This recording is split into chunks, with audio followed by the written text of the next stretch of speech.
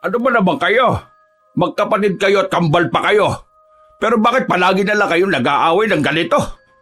Kasi naman yung tao na yan wala namang ginawa kundi ang maging perwisyo sa bahay na ito. Ano naman ba kasi ang ginawa mo, Limuel? Wala naman akong ginagawang masama.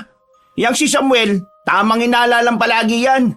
Sira ulo ka pala Ikaw lang ang malapit sa bag ko kanina. Tapos bigla na lang nawala yung pera ko doon. Wala namang ibang magnanakaw dito kundi ikaw lang O bakit? May ebidensya ka ba? Nakita mo kung hawak ko yung pera mo? Wala, di ba? Malamang, yung pera na yon, winaldas mo na sa sugal. Tarantado.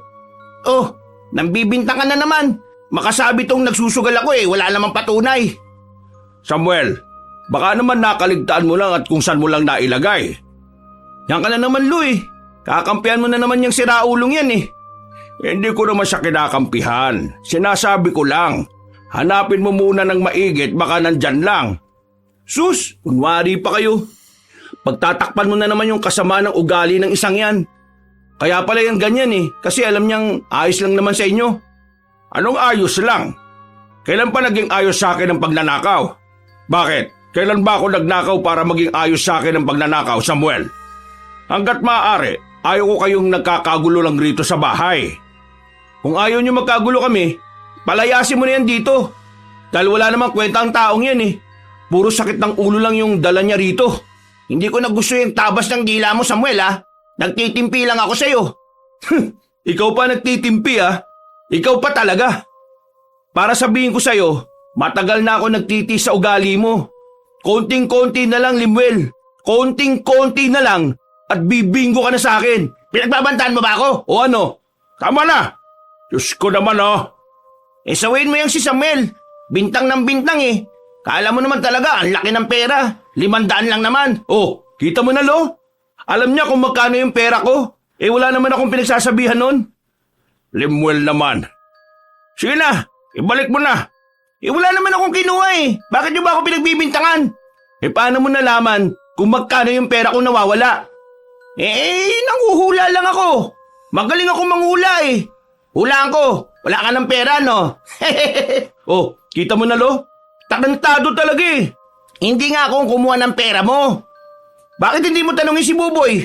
Oh, ayun na pala yung batang yan Hoy, ilabas mo ang pera nito ni Samuel. Ako pinagbibintangan Sipahin kita dyan Limuel naman, wag ka nga ganyan sa bata. Wala naman po akong kinukuha ang pera Hindi ko po ginagalaw yung pera ni Kuya Samuel. Mihingi naman po ako sa kanya ng maayos kapag kailangan ko po ng pera. Ikaw pinasa mo pa sa bata yung kasamaan mo Kilala ko tong si Buboy. Hindi malikot ang kamay niyan. Kaya wag ka sus, kilala mo. 1 taon pa lang naman sa atin ang batang yan Paano makikilala ang batang yan ampon yan. Malay mo ba kung saan galing ang Buboy na yan? Hoy, Buboy, bumalik ka nga sa lungga mo. Ako lagi na pagbibintangan dahil sa'yo Doon ka na kung saan ka man nang galing. Nakakairita yung mukha mo. Ampon, ampon, ampon! Lolo! Ay, Limuel naman. Pambihira ka talaga tarantado ka talaga no? Pati bata aanuhin mo? Ha? Aray! Loko ka! Eto ba? Ano? Ha? Ay! Wisit ka Hina na suntok mo. Tama na! Natigil lang ang away ng dalawa nang biglang mapahawak si Mang Bitoy sa kanyang dibdib. Nahihirapan niya itong huminga. Agad namang itong nilapitan ni Samuel at ng batang si Buboy. Lo, anong nangyayari sa inyo? Nahihirapan akong huminga. Nahihilo ako. Sakit ng dibdib ko. Buboy, puntaan mo nga si Kuya Gitoy mo. Pakisabi, hihiramin ko yung tricycle. Sus, arte lang yan. Tanga ka ba? Hindi mo nakikitang nahihirapan na si Lolo? Malayo naman yan sa bituke Kung wala ka masabing matino, pwede bang manahimik ka na lang? Ngumisi at natawa na lamang si Limuel. Maya-maya lang din ay dumating na rin ang kaibigan niyang si Gitoy. Pinagtulungan nilang isakay sa tricycle ang matandang lalaki. Agad naman nila itong naitakbo sa ospital. Nang nasa ospital na, ano na naman ba kasi nangyari? Itong kambal kong siraulo ninakaw na naman yung pera ko. Bakit ba kasi nasa bahay niyo pa yan? Parang anay yan Sisirain niya ng sisirain yung pamilya ninyo. Ipakulong niyo na. Ipakulong? Asa ka pa. Kakampihan na naman ni Lolo yan. Magmamakaawa na naman si Lolo sa akin na huwag kong ipakulong gaya nung nangyari dati. Kasalanan din naman kasi ng Lolo mo eh. Pinagbigyan niya kasi ng pinagbigyan. O tingnan mo ngayon, pati siya napiperwisyo. Di ko na nga rin alam ang gagawin ko eh. Kung hindi nga lang ako naaawa kay Lolo at kay Buboy, baka matagal na akong umalis sa bahay namin eh. Puro sakit ng ulo na lang yun nararanasan ko eh. Naiintindihan ko naman yung nararamdaman mo. Biruin mo, trabaho ka ng trabaho, nakaw naman ang nakaw yung kakambal mo. Ay naku, ewan ko ba? Kahit na saan ko itago yung pera ko, nakikita pa rin ng siraulo. Kung gusto mong safe ang pera mo, ipatago mo muna sa akin. Wala rin akong tiwala sa iyo eh. Isa ka pang magastos eh. At least, hindi ko pinagsusugal. Bumuntong hininga na lamang si Samuel at saka napasandal na lamang sa gilid. Mga ilang sandali lang, lumabas na rin ang doktor at sinabing nasa maayos namang kalagayan na ang kanyang lolo. Tumaas lang daw ang dugo nito at dahil na rin sa sobrang stress. Olo, kumusta ang pakiramdam niyo? Ay ayos naman na. Wala namang seryosong nangyari sa akin. Kung kaya nang umuwi, uuwi na tayo. Pero kung hindi pa, i-admit na kita. Admit? Wala naman ako malalang sakit eh. Kailangan ko lang daw magpahinga. Lo, pasensya na kanina. Hindi ko lang napigilan yung sarili ko eh. Naiintindihan ko naman ang nararamdaman mo. Huwag ka mag-alala. Kakausapin ko si Lemuel mamaya. Wag na ho. Ipahinga nyo na lang yan. Baka mas lalo lang kayo may stress kapag nakausap nyo pa yung... Baka mas lalo lang kayo may stress kapag nagkausap pa kayong dalawa. Galit ka ba sa akin? Masama lang ang loob ko sa inyo. Pero hindi ito yung tamang pagkakataon para pag-usapan yung bagay na yun. Iuwi na muna kita para mas makapagpahinga ka na maayos. Naghihintay si Gitoy sa labas eh. Ihahatid niya tayo pa uwi. Tumango na lamang ang matandang lalaki. Ngumiti na lamang ito ng papilit. Maya-maya lang din ay bumiyahin na rin sila paalis. Nang makarating na sila sa bahay nila, wala na roon ang lalaking si Lemuel. Ubos ang pagkain sa lamesa. Ayon sa batang si Buboy, kinain yun ni Lemuel at nagsama pa talaga ng mga barkada. Gustong sumabog sa galit ni Samuel, pero kinalma na lamang niya ang sarili niya alang-alang sa kanyang lolo Bitoy. Kinagabihan, Kuya Samuel, saan ka po pupunta? Napansin siya ng batang si Buboy nang papalabas na siya ng bahay nila. Lumapit muna siya rito at ginulo ang buhok ng bata. Diyan ka lang, sa sideline muna ako. Kailangan natin ng pera eh. Sa susunod na linggo pa kasi ako makakapasok. Kuya Samuel, pasensya na po. Wala po akong may bigay na pera. Ano ka ba? Di mo naman kailangan magbigay ng pera, no? Ang bata-bata mo pa. Ang kailangan mong gawin, mag-aral ka ng maigi. Para kapag nakapagtapos ka na, may magandang kinabukasan ka at mabibili mo lahat ng gusto mo. Paglaki ko po, tutulungan ko po kayo para makaahon po tayo sa hirap. Huwag mong isipin yan. Paglaki mo, magpundar ka para sa sarili mo. Kami, ayos lang kami. O kailangan problemahin yung problema namin, no? Matapos ang pag-uusap na yon, ay umalis na rin ang binata. Pinuntahan niya ang bahay ng kaibigan niyang si Gitoy. Isasama kasi niya ito sa pinag-e-extrahan nito. Oh, kanina ka pa ba dyan? Hindi naman, mga 10 minuto na siguro. Pasensya ka na ah. Nagtalo pa kasi kami ni Mama at ni Papa eh. Bad trip ngayon si Erpat kaya yan. Hindi ako makakagamit tuloy ng tricycle. Ayos lang ba sa'yo na lakarin na muna natin patungong sakayan? Oo naman, sanay naman ako maglakad eh. Bawi na lang ako next time. Di na kailangan, ano ka ba? Para ka naman bago ng bago eh. Naglakad na lamang ang dalawa. Dumaan sila sa medyo liblib dahil ayon kay Gitoy, mas malapit ang daan doon patungo sa terminal. Aminadong medyo kabado si Samuel kapag dumaraan siya sa mga madidilim na lugar. Kaya para mabawasan ang kanyang takot ay nag-isip na lamang siya ng kanilang pag-uusapan. Tagabantay lang ba tayo dun sa peryahan? Ano pa yung iba nating gagawin? Oo, wala namang ibang sinabi sa akin si boss eh. Ang sabi, babantayan lang natin yung mga nagtataya. May mga siraulo kasi minsan kumukubra ng panalo kahit hindi naman tumaya eh. Ganun pala yun? Kaya mo ba ng ganun trabaho? Oo naman, Madali lang naman pala eh. Medyo hindi ganun kalaki ang sahod pero kesa wala naman. Binilisan na lamang nila ang kanilang lakad. Agad na rin naman silang nakarating sa terminal.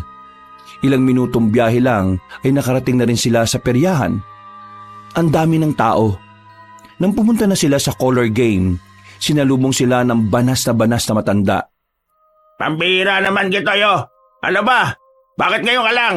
Usapan natin alas 7 Alas 8 na Mababaliw na ako kakasikaso dito. Pasensya na po, nagka-problema lang. Visit naman tong tao na to. Pasalamat ka ba nga, tinanggap kita rito kasi sabi mo kailangan mo ng sideline. Sino ba yung kasama mo? Yan na ba yung sinasabi mo makakasama mo? Opo, si Samuel po. Wala naman akong pakialam sa pangalan niya. Bilisan niyo na at marami ng tao. Visit na to. Nagmamadaling lumapit ang magkaibigan sa mga taong nagkakagulo sa color game. Hilong-hilo si Samuel noong mga sandaling yon. Habang nasa kalagitnaan siya ng trabaho, bigla na lang may sumapak sa kanya. Tumba agad si Samuel. Nakaramdam siya lalo ng hilo. Pagtingin niya, may isang lalaki na galit sa kanya. Ayon sa lalaki, kinupitan daw niya ang pera ng lalaking yon. Hindi malaman ni Samuel kung papaanong nangyari yon. Hindi naman niya kasi kilala yung lalaki. Mabuti na lang ay naawat naman sila kaagad. Mabilis namang umalis ang lalaking sumuntok sa kanya. Wisit naman! Bawin mo na nga yung kaibigan mo! Nagugulo pa itong laro ko Palaway pala yan! Baka mangupit din yan dito Halika na nga muna rito, pre. Hinila siya ni Gitoy papunta sa gilid. Napahawak na lamang si Samuel sa labi niya. Pre, kilala mo ba yun? Hindi ko kilala yun. Wala rin ako nakakaaway. Kaya hindi ko nga alam kung... Teka, pareho tayo nang iniisip. Wisit talagang limil yun May ginawa na naman siguro siyang katarantaduhan at ako na naman ang napagbintangan. Baka naman mag-away pa kayo niyan. Kagagaling lang ng ospital ng lolo nyo. Hindi ko na kayang tiisin, pre. Nakakapuno na ng pasensya. Sa susunod, magugulat na lang ako, may babaril na sa akin umalma ka nga. Sipin mo na lang ang lolo mo, tsaka si Buboy. Kapag nagsuntukan na naman kayo at nakita ng bata, baka matroma na yung bata, pre. Oo, sige. Kalmado na ako. Dito ka lang Susubukan kong kausapin si Mang Efraim para makabalik tayo kaagad. Sandaling umalis ang binatang si Gitoy. Nang bumalik ito ay bagsak ang balikat nito. Pinaalis na sila ni Mang Efraim at naganap na lang din ng iba. Wala na silang magagawa kundi ang umuwi na lamang. Habang naglalakad, pasensya na pre dahil sa akin nawalan ka na rin ng sideline. Wala ka namang kasalanan, ano ka ba naman? Yung kakambal mong dapat sisihin. Kung wala siyang ginawang kalokohan, wala sanang ganito pre. Bugbugin na kaya natin yung kambal mo. O kahit pakita mo na lang sa akin na binubugbog mo. Nanggigigil na rin ako Huwag ko lang talaga siyang makikita ngayon. Nang may mapadaang tricycle, ay agad na rin silang nakasakay. Mabilis lang naman ang biyahe kaya nakarating na rin sila sa terminal. Nang maglakad na sila papasok ng kanilang baryo, nakita ni Samuel ang kanyang kakambal na kaswal na naglalakad habang nagbibilang ng pera. Hindi na siya nagsayang pa ng oras. Nagmamadali siyang nilapitan si Limuel. Sinuntok niya kagad yon sa batok. Nang matumba ang binata, umibabaw siya at saka pinagsusuntok pa yun ng marami. Mabuti na lang at nakakasalag pa si Limuel. Dahil kung hindi, ay baka nalamog na ang mukha nito. Sira ulo ka talagang tao ka. Dahil sa'yo, nabasag ang mukha ko kanina sa peryahan. Ano ba pinagsasabi mo?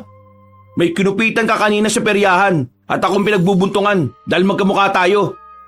Sige pre, gulpihin mo lang. Hindi ko kayo aawatin. Dali, abang wala pa nakakakita. Hoy, kung sintudor ka rin no? Visit ka. Ano? Masakit ba? Ano? Wala akong ginagawang masama Nang makita ni Samuel na dumugo na rin ang labi ng kanyang kakambal, ay agad na rin siyang umalis sa ibabaw nito. Mahilo-hilo si Limuel, pero walang pakialam si Samuel. Matagal na siyang nagtitimpi rito at kahit na anong gawin niyang pag-unawa, may limitasyon pa rin talaga ang kanyang pasensya. Huwag ka na magkaila. Kahit na magdahilan ka, hindi ako maniniwala sa'yo. Dahil kung meron mang tao na hindi dapat pagkatiwalaan sa buhay ko, ikaw lang yun. Ang dami mong drama. Ang sabihin mo, lampa ka. Kaya hindi ka nakapalag. Kung sino man yung umano sa'yo, dadamay mo pa ako. Ano ba talagang problema mo, Limuel? Inuunawa ka naman ah. Bakit ka ba ganyan? Wala ka ba talagang gagawin na ikakatuwa naman namin? Sino ba kasing nagsabi na intindihin niyo ako? Mamuhay ka ng malaya at mamumuhay din ako. Sira ulo ka pala eh. Ako napapahamak sa tuwing may gagawin kang katarantaduhan sa buhay mo. Kaya kahit na mamuhay ako ng tahimik, masisira pa rin ang buhay ko dahil nga sa mga ikinikilos at ugali mo. Hindi ko kasalanan na kambal tayo, no? Akala mo ba gusto ko rin kambal tayo? Hindi! Bisit na bisit ako kapag may nagsasabing ikaw magaling at ako hindi. Ikaw masipag at ako tamad. Ikaw mabait at ako naman ang masama. Totoo naman eh. Lahat ng negatibong bagay nasa katawan mo. Kasi yan ang pinili mo para sa sarili mo. Kaya hindi mo masisisi ang mga tao kung ganyan ang sabihin nila. Kasi ganyan din naman ang pinapakita mo eh. Natahimik silang dalawa nang may marinig silang parang tunog ng bayawak. Nanggaling yun mula sa madilim na parte ng daan. Sa may gilid kung saan naroon ang mga halamanan. Tila natuon ang kanilang atensyon doon dahil malakas-lakas din ang narinig nila. Uy, ano yun? Tingnan mo para malapa ka. Tanong ka pa ng tanong dyan. Manahimik ka nga dyan kung ayaw mong masampal kita. Hindi na nakatiis si Samuel ng mga sandaling yon. Marana siyang naglakad. Sisilipin pa lang sana niya sa halamanan nang bigla siyang itinulak ng kanyang kakambal. Nasubsob ang mukha niya roon. Naramdaman na lamang ni Samuel na tila may humila sa kanya. Tinangka siyang dalhin sa may madilim na lugar. Ramdam niya ang mahabang kuko. Buti na lamang ay hindi siya iniwan ni Gitoy. Nagmamadali itong sumunod sa kanya. Kumuha ang lalaking si Gitoy ng sanga at nagbanta na itatarak yon. Natakot ang nilalang at saka binitiwan si Samuel. Takot na lumabas ang dalawa sa parting yon at saka bumalik sa kalsada. Nagtitindigan ang balahibo ni Samuel. Pero nang makalis na sila roon, nabuhay na naman ang galit niya para sa kanyang kambal. Kita mo naman kung gaano katarantado, di ba? Sinong kakalma dyan? Muntikan na ako mamatay sa kung anumang nilalang yon. Pre, wala ka bang ideya kung ano yung humila sa'yo? Wala eh. Ano ba sa tingin mo? Pre, tingin ko... Ano nga? Aswang, pre. Ano? Aswang? Sigurado ka ba? Hindi ko sigurado pero di ba sabi mo kanina parang tao yung humila sa'yo? Oo, naaninagan ko eh. Katawang tao. Pero ang haba ng kuko. May sugat nga ako sa balikat oh. Malaki ang tsansa na aswang nga yun. Nagtitindigan pa rin ang balahibo ni Samuel hanggang sa makabalik na siya ng kanilang bahay. Panandali ang nawala ang inis niya kay Limuel. Ang tanging tumatakbo na lamang sa kanyang isipan ay ang nilalang na humila sa kanya. Hanggang kinaumagahan, iniisip niya pa rin yon. Wala siyang maayos na tulog. Nilapitan siya ng kanyang lolo nang makita ang sugat niya sa labi. Oh, ano nangyari dyan sa labi mo? Nag-away na naman ba kayo ni Limuel kagabi? Ang sabi ko, kung anong nangyari dyan sa labi mo. Umextra kasi ako kagabi sa peryahan. Ang daming tao. Ang lilikot ng mga binatilyo sa gilid ko. Ayun, natamaan ako ng hawak na baso. Yung totoo? Oo nga, lo. Di kami nag-away ni Limuel. Kung nag-away kami, di sana lumpo yun. Nagsasabi ka ng totoo, ah. Baka naman sinasabi mo lang yan para hindi ako mag-alala. Yun nga ho ang dahilan kung bakit iniiwasan ko ng makaaway si Limuel. Ayoko na kayong may stress. Nagkakasakit ka na dahil sa amin eh. Kasalanan ko rin naman kasi. Pinalaki ko ang ulo ng kapatid mo. Nung una, naisip ko rin yan. Pero napagtanto ko na wala ka naman pala talagang kasalanan eh. Malaki na si Limuel. May sapat na isip na siya para makapag-isip para sa sarili niya. Kung ano man siya ngayon, yun dahil sa mga sarili niyang desisyon. Alam mo, kahit na kailan, napaka-maunawain mo talagang tao. Sige na, lo. Matutulog na muna ako, ha. Gisingin mo na lang ako ng bandang hapon. Oy, sige. Mukhang puyat ka kagabi eh. Napangiti na lamang si Samuel ng mga sandaling yon. Mahimbing ang tulog ni Samuel. Tuloy-tuloy ang tulog niya hanggang sa kusa na nga lang siyang magising bandang 4:00. Paglabas niya ng kanyang silid, walang tao sa bakuran nila. Pati ang lolo niya na kagagaling lang sa sakit, wala rin doon.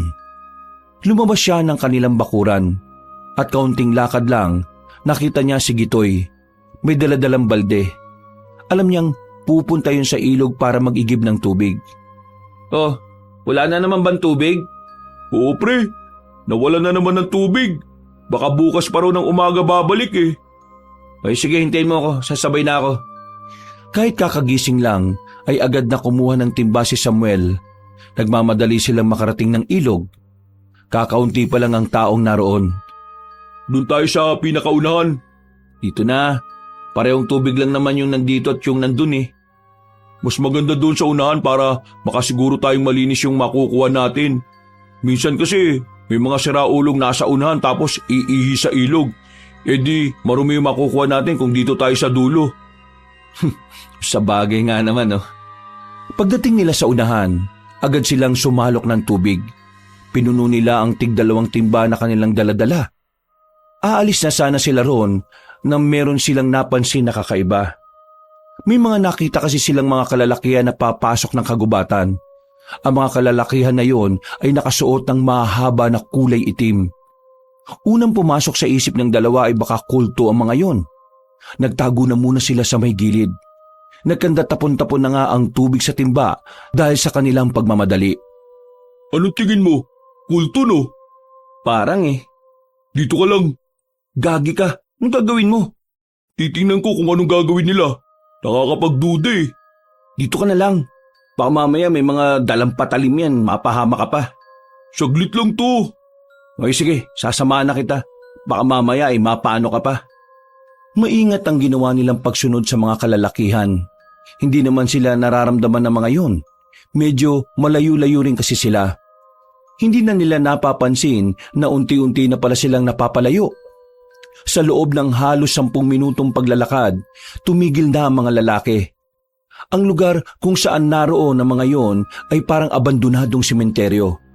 Isang sementeryo na hindi naman kalakihan. Pre, sementeryo to ah. Anong gagawin nila dyan? Gusto mo ba itanong ko? Siraulo ka talaga eh, no? Ilang minuto pa nilang pinagmasdan ng mga misteryosong lalaki. Narinig nilang parang nag-uurasyon ng mga yon. Makalipas lang ang halos 5 minuto, umalis na rin ang mga kalalakihan. Dahil naman sa labis na kuryosidad, naisipan ng dalawa na lumapit mismo sa sementeryo. Pagpasok nila roon, agad nilang nilapitan ang unang puntod. Binasa nila ang nakaukit na pangalan kahit medyo burado na yon. Ang tanging malinaw lamang doon ay ang nakalagay na supremo na mga aswang.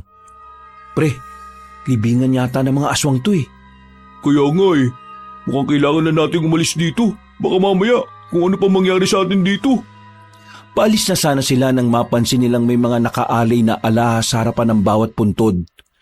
Nang tingnan nyo ni Gitoy, nalaman nilang mga ginto ang mga yon. Pero kahit na may pagkakataon sila para kunin yon, hindi na lamang nila ginawa. Natatakot sila na baka balikan sila ng mga aswang sa oras na malaman ng mga yon na may kinuha sila. Nagmamadali silang makaalis doon. Nilisan nila ang abandonadong sementeryo nang walang nakakaalam na nanggaling sila roon. Kabado at tensyonado ang dalawa. Balisa sila nang makabalik na rin sa ilog. Ipagsasabi ba natin yung tungkol doon? Wag! Kapag maraming nakaalam ng libingan na yun, may tuturo na tayo ang nagsabi sa mga tao. Baka hanapin tayo ng mga aswang. Hoy sige, ilihim na lang muna natin. Nung umagang yon ay naging tahimik lamang si Samuel. Sa halip na maghahanap sana siya ng sideline habang wala pang regular na trabaho niya, mas pinili na lamang niyang huwag umalis ng bahay. Kahit wala naman siyang ginagawang masama, nababahala siya na baka bigla na lamang may lumapit na aswang sa kanya. Kinagabihan, Lo, hindi pa ba uuwi si Buboy? Mag-aalas 8 na ah. Ihatid naman sila ni paring Nolan dito eh. Siguro, mas mabuti pa, sunduin ko na. Hindi na, dito ka na lang. Magpapagod ka pa. Nakamotor naman sila eh. Susundin ko na lang po. Malapit lang naman eh. Gagastos pa ng gasolina eh, pwede ko naman lakarin. O siya, sige, ikaw ang bahala. Palabas na sana ng bahay si Samuel na makasalubong niya sa pintuan si Lemuel. Amoy alak ang lalaki. Nakangiti na naman ito na para bang handa na naman mambwisit. Lo, meron akong sasabihin sa'yo. Oh, nakainom ka na naman. Ang mabuti pa matulog ka na. Alam mo ba tong si Samuel? Nakita ko kaninang hapon, pumasok sila sa kagubatan. Kasama niya si Gitoy. Oh, Samuel? Ano bang ginawa niyo ni Gitoy sa gubat, Wala ka na ron. Huwag mo kong kausapin. Bakit? Ayaw mo sabihin. Sikreto, no? Pero uhulaan ko na lang. Siguro nag-a-addict kayong dalawa, no? Baka ikaw ang adik. Tingnan mo nga sarili mo. Ayan na naman kayo eh. O baka naman may ginagawa kayong kababalagan. Sabihin mo nga sa akin, sino ang bading sa inyong dalawa? Lemuel, huwag ka na magsimula ha. Hayaan nyo na, Lo. Wala naman akong panahon para sa mga taong walang laman ng utak. Sige na, susundin ko na lang mo si Buboy. Ay, ayaw pag-usapan. Pero ayos lang naman. Ang ganda nga pag pinagsama yung pangalan yung dalawa eh. Sam Toy o kaya Git Sam. Huminga na lamang ng malalim si Samuel. Pigil na pigil ang galit niya. Alam niya kasi na kapag nagkagulo na naman sila ay maaaring ma-ospital na naman ang kanilang lolo. Umalis siya ng bahay ng mainit ang ulo, pero itinoon na lamang niya ang atensyon sa pagsundo kay Buboy. Maya-maya pa, narating na rin niya ang bahay kung saan naroon ang bata. Boy, kailangan mo na umuwi. Bukas naman ang laro. Gusto ko po sana kalaro si Kimberly, pero uuwi na pala. Anong oras na rin kasi? Kuya, hindi po ba tayo sasakay? Hindi na. Wala na masasakyan din eh. Isa pa, malapit lang naman. Kasi sabi po ni Kimberly, meron daw po kasing halimaw na nagpapakita sa daan natin eh. Nako, tinatakot ka lang ni Kimberly para hindi ka umuwi, no? Narinig ko rin po kasi sa tatay at nanay niya. May raw po. Ano? Aswang daw po eh. Alin? Aswang po. Narinig ko po sabi ng papa't mama niya, baka raw po may aswang na rito sa atin. Hindi na nakapagsalita pa ang lalaking si Samuel. Pero aminado siya na nakakaramdam na naman siya ng takot. Kahit na hindi naman malamig ang klima nung oras na yon, ginaw na ginaw ang pakiramdam niya. Binilisan na lamang niya hanggang sa makarating na nga sila sa kanilang bahay. Hindi maiwasan ni Samuel na hindi mabahala. Kahit na alam naman niyang wala siyang ginagawang masama, pakiramdam niya ay nasa panganib ang kanyang buhay. Ilang araw pa ang nakalipas. Napapansin ni Samuel na ang daming pera palagi ng kanyang kakambal. Nahihiwagaan na siya kay Lemuel. Wala naman kasing trabaho ang isang yon. Dahil sa labis na kuryosidad, pinasok ni Samuel ang silid ng kanyang kakambal. Hinalungkat niya ang mga gamit. Nakita niyang ang daming pera ng binata. Hindi na muna niya kinausap si Lemuel. Nag-obserba muna siya sa lalaki. Ilang araw pa ang nakalipas, nakita niya itong papaalis ng bahay kahit na alanganing oras na ng gabi. Sinundan niya ang kanyang kakambal. Habang naglalakad, napapansin niyang pamilyar na ang lugar na kanilang dinaraanan. Lintik na to. Papunta na to sa abandonadong sementeryo ha. Hindi kaya tama ang hinala ko?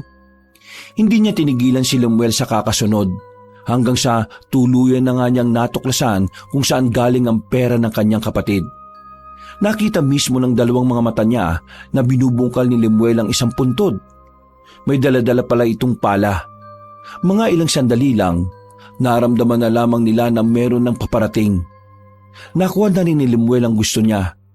Nauna na yung umalis. Habang si Samuel naman sandali pang natigilan doon sa takot na baka makita siya ng mga nakaitim na lalaki. Narinig niya pa ang mga kalalakihan na yon ay isang miyembro pala ng mga aswang. Lintik, munti ka na ako dun ah. Nakahawak pa siya sa kanyang dibdib dahil sa sobrang kaba. Hindi na siya nagsayang pa ng oras. Nilisan na rin niya ang lugar na yon. Naisipan na lamang niyang umuwi sa kanilang bahay. Pagdating niya roon, nakita niya si Lemuel na nasa bakuran na nila. Kalmadong naninigarilyo habang may hawak na bote ng alak. Hindi nagpatumpik-tumpik si Samuel. Agad niyang nilapitan ng kambal at hinawakan sa kwelyo. Anong ginawa mo, ha? Ano? Uy, ano na naman pa problema mo? Buwang ka na naman ba? Huwag kang magkaila, Lemuel. Alam ko na kung saan nanggagaling ang pera mo. Malamang sa pagod at pawis. Doon naman nagmumula ang pera, di ba? Maliban na lang kung bibigyan mo ako, edi sa'yo galing. Tarantado ka talaga no? Alam mo ba kung kanino mga bangkay ang ninanakawan mo, ha? Alam mo? Ang hindi ko alam ay yung sinasabi mo. Ano bang sinasabi mo, Samuel? Yan ang epekto kapag umiibig ka sa kapwa mo lalaki. Iwalay na ba kayo ni Gitoy? Visit ka talaga! Oh, ano? Susuntukin mo ako? Ipapalo ko sa mukha mo to. Punong-puno na ako sa iyo, Samuel, ha?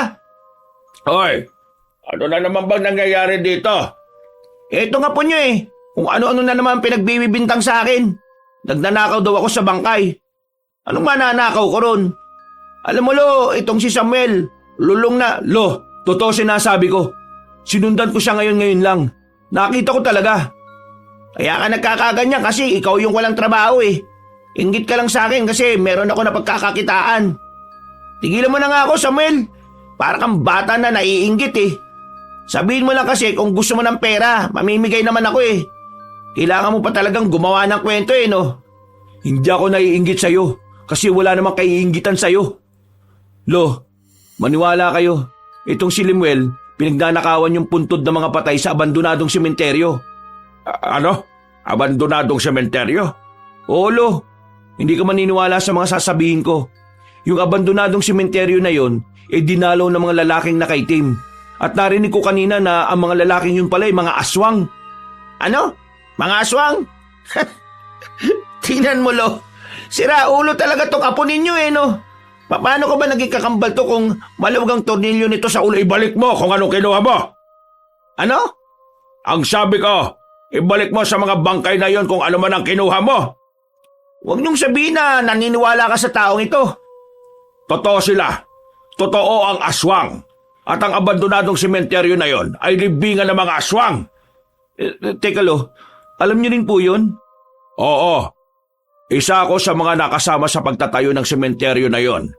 At ang una at huling mga bangkay na inilibing doon ay mga aswang. Nang malaman na aswang ang mga inilibing doon, umalis na kagad kami. Sa pagkakaalam ko, ang mga alahas o ginto na inilalagay nila sa mga puntod ay parte ng kanilang ritual. Naniniwala kasi sila na sa mga mamahaling bagay na kanilang iaalay, mas magiging malakas ang kaluluwa ng mga yumao nilang kamag-anak. At kapag malakas ang kaluluwa, mas madali nilang maibabalik ang buhay. Kalokohan naman itong maglolo na to. Ano ba pinagsasabi niyong dalawa dyan? Aswang-aswang ang potek. Lemuel, ibalik mo sa kanila kung ano ang para sa kanila. Baka malagay sa panganib ang buhay mo niyan. Buti nga sana kung buhay niya lang Paano kung pati ako madamay na naman? Tapos kayo ni Buboy, di ba? Di nag-iisip tong siraulong to Bakit ako mag-iisip? Kayo-kayo lang naman ang nagsasabing may aswang. Hindi totoong aswang, no? Nagpapaniwala kayo dyan. Gawa-gawa lang yan ng mga taong walang pera. Si Lolo na nagsabi, totoong aswang. Mas marunong ka pa wala ka namang alam. Basta, wala akong ninakaw. Wala akong pinuntahang sementeryo. At higit sa lahat, walang aswang. Kaya tigilan nyo na ako sa ganitong usapan, no? Gusto kong mag-relax kasi nakakapagod ang trabaho ko. Pakiusap lang Ayaw ko rin naman ng gulo. Hindi mo ako maloloko, Lemuel. Nakita kita kanina. Ay naku, bahala ka. Ikaw naman yan Hindi naman kita pipilitin kung ayaw mong maniwala. Basta ako, nagsasabi ako ng totoo. Kapag may nangyaring masama sa buhay namin dahil sa kagagawan mo, itong tatandaan mo, mayayari ka sa akin. Naku, nakakatakot naman yan. O na, sabi mo Ikinalma na lamang ni Samuel ang kanyang sarili. Ayaw na rin kasi niya magdulot yun ng stress sa kanilang lolo. Pumasok na lamang si Samuel sa loob ng bahay. Uminom siya ng tubig at bumuntong hininga. Si Lemuel naman ay lumabas na naman ng bahay. Maghahanap na naman ito ng pasugalan na pwedeng pagwaldasan ng pera. Lo, naniniwala ako sa sinasabi mo kanina. Pero bakit ngayon mo lang ito sinabi sa akin? Kasi sa tingin ko hindi naman siya mahalaga. Kasi ang mga aswang naman na yun hindi naman sila nananakit. At saka ayaw ko rin naman na mabuhay kayo sa takot. Pero hindi totoong hindi sila nananakit. Nitong nakaraan, merong nilalang na humila sa akin papunta sa madilim na damuhan. Buti na lang nabawi ako ni Gitoy. Kung hindi, baka nilapa na ako. Sigurado ka bang aswang yon? Hindi ako sigurado. Pero ngayong napatunayan ko na totoo at meron talagang aswang dito sa atin, hindi malabong aswang din yun. Sinabi mo sana kagad sa akin para naman nakahanap ako ng pangontra sa bayan. Hindi ko na sinabi sa inyo kasi alam kong gagastos ka pa para lang sa pangontra. Pero Lo, yung ginawa ni Lemuel, mabigat talagang kasalanan yun. Sa oras na malaman ng mga aswang kung sino yung bumaboy sa mga kamag-anak nila, malalagay talaga sa panganib ang mga buhay natin pare-pareho. Huwag ka mag-alala, akong bahala. Hindi ko kayo pababayaan. Bakit Lo? Anong gagawin nyo? Kung kinakailangan na labanan ko sila, gagawin ko. Hindi mo sila kakayanin, Lo. Mababangis sa mga aswang Yun ang pagkakaalam ko Isa pa, wala naman sanang ganito kung pakikinggan lang tayo ni Lemuel. Wala na tayong magagawa kay Lemuel. Ang magagawa na lang natin siya ngayon, paghandaan ang panganib na maaaring dumating sa atin. Isang malalim na paghinga ang ginawa ng matanda. Kitang-kita ni Samuel ang pag-aalala base sa reaksyon ni Mang Bitoy. Lumipas pa ang mga araw, naging maayos naman ang kanilang buhay. Payapa at walang aswang na nagpaparamdam. Mas lalo tuloy lumakas ang loob ni Lemuel na paniwalaang hindi naman talaga totoo ang mga nilalang na yun. Magandang hapon sa maglolong naniniwala sa aswang. Nandito na ako, ang nag-iisang matino sa pamamahay na to. O ito, binili ko yan, masarap yan. Di kami nakakain na galing sa'yo kasi alam naman namin kung saan galing ang perang pinambili mo. Ito naman si McPride. Bahala nga sa buhay mo. Nasaan na ba yung ampon dito? Siya na lang ang kakain nitong pagkain na to. Huwag mong guluhin, natutulog. Lemuel, kailan ka pa talaga titino? Oh, bakit? Matino naman ako Kayo itong wala sa katinuan na naniniwalang may mga aswang. Mabuti pa, huwag niyo na lang akong pansinin. Ganyan naman kayo sa kabutihan ko, di ba? O sige, lalabas na muna ako. Kain na muna kayo kapag nagutom na kayo. Pakaway-kaway pa ang lalaki. Napapailing na lamang si Samuel. Sa pinapakita kasi ng kanyang kakambal, alam na niyang wala naman itong ipagbabago. Makalipas ang isang oras, lumabas na muna si Samuel para puntahan ang kanyang kaibigang si Gitoy. Maghanap kasi sila ng pwedeng mapasukan sa perya. Hindi na kasi talaga nakabalik pa si Samuel sa factory. Nalugi na kasi ang factory kaya nawalan na rin siya ng trabaho. Ano pre, may mapapasukan pa kaya tayo doon? Good news! Pinababalik tayo ni Mang Ephraim. Basta wag na lang daw tayong gagawa ng gulo. Hindi naman talaga akong gumawa ng gulo Oo nga, alam naman natin yun. Pero hayaan mo na. Ang malaga, magkakaroon na tayo uli ng sideline. Pre, meron nga pala akong ikukwento sa'yo. Tumigil si Samuel sa paglalakad at gumilid na muna sila. Huminga ito ng malalim. Tumingin-tingin muna sa paligid kung may ibang makakarinig. Nang masigurong sila lamang ang naroon, agad na rin niyang ikinuwento sa kaibigan niya ang mga nangyari. Maging si Gitoy ay hindi rin makapaniwala. Sira ulo! Bakit niya ginawa yun? Imposibleng hindi niya alam na mga aswang yung mga naroon. Kinakabahala ko nga ito Si Lolo at si Buboy, baka mamaya mapahamak pa sila. Ay nako, pambirang buhay naman kasi talaga Sa dami ba naman kasi ng magiging kakambal si Lemuel pa? Kasalanan ng mga magulang niyo yan Maling posisyon yata nagawa nila kaya yung kapatid mo sira ulo. Nakarating naman sa peryahan ng dalawa at nakapagsimula ng trabaho ng mapayapa. Swabe ang kanilang pagtatrabaho.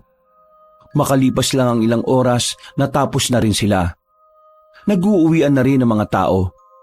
Pinalapit sila ni Mang Efraim para ibigay ang kanilang sahod. Eto. Dahil maayos kayo ngayon, tatagdagan ko ng 100. Uy, yun oh.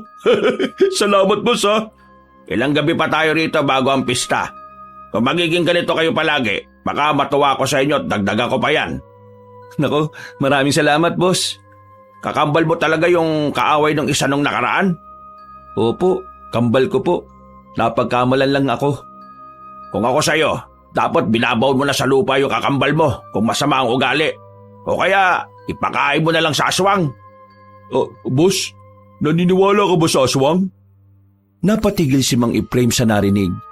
Hininto nito ang pagbibilang ng pera at marahang tumingin sa kanila. Bumuntong hininga ang matandang lalaki. Totoo mga aswang Nandyan lang sila. Nagkatinginan ng magkaibigan. Nakadagdag pa yun ng pangamba nila. Eto na sahod nyo. Umuwi na kayo't baka madali pa kayo ng aswang. Ito naman si boss, mapagbiro. Pero maraming salamat ulit boss ha. Tara na pre. Naglakad na lamang ang dalawa paalis. Masaya si Samuel noong mga sandaling yon. Mula kasi nang mawalan siya ng trabaho, parang yun ang unang pagkakataon na meron siyang kinita mula sa kanyang pinaghirapan. Pre, paldo-paldo tayo ngayon. Bukas ulit ha. Nako pre, maraming salamat ha. Kahit papano may ambag ako kay Lolo sa bahay. Mas dadami pa yan kapag tayo nagbantay sa color game ni boss sa mga natitirang araw bago ang pista. Pero teka, kanina pa tayo nakatayo dito ha. Wala naman yatang dadaan na tricycle na ngayon.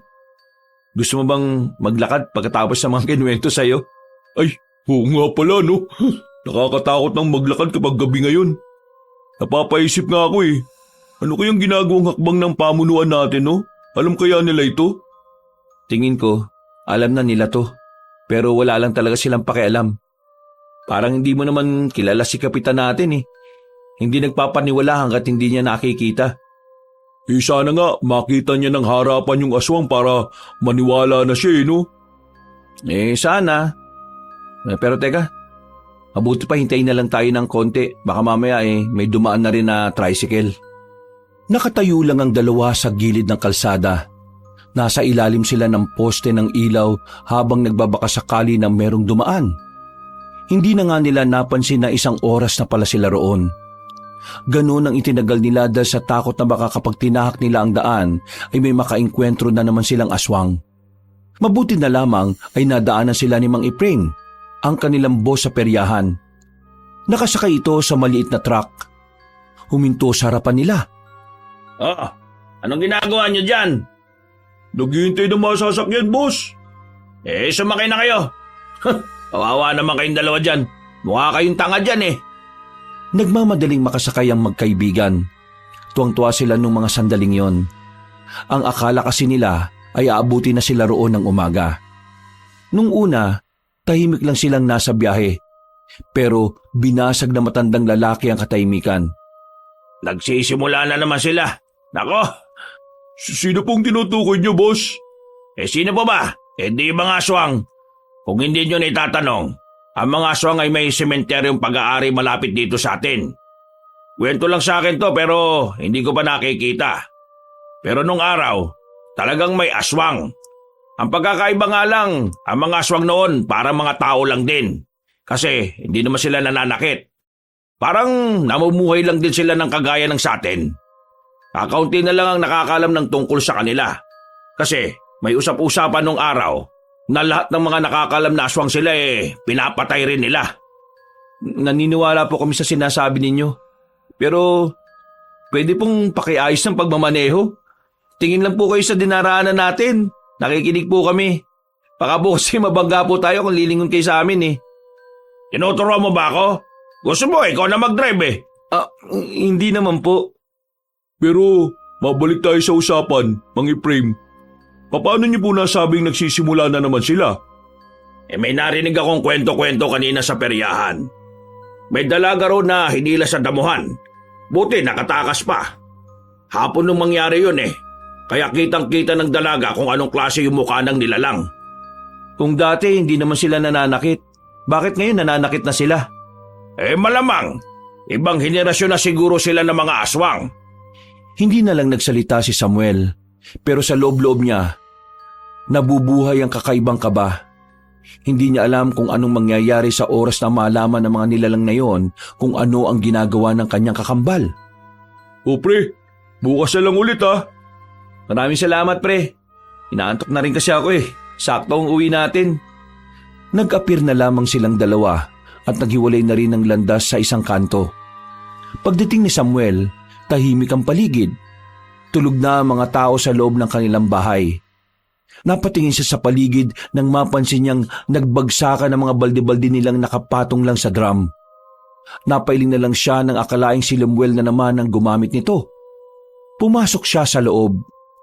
Madaling araw na noon kaya naisip niya na mag-init na muna ng tubig bago matulog. Para paggising ng kanyang lolo ay magkakape na lamang ito.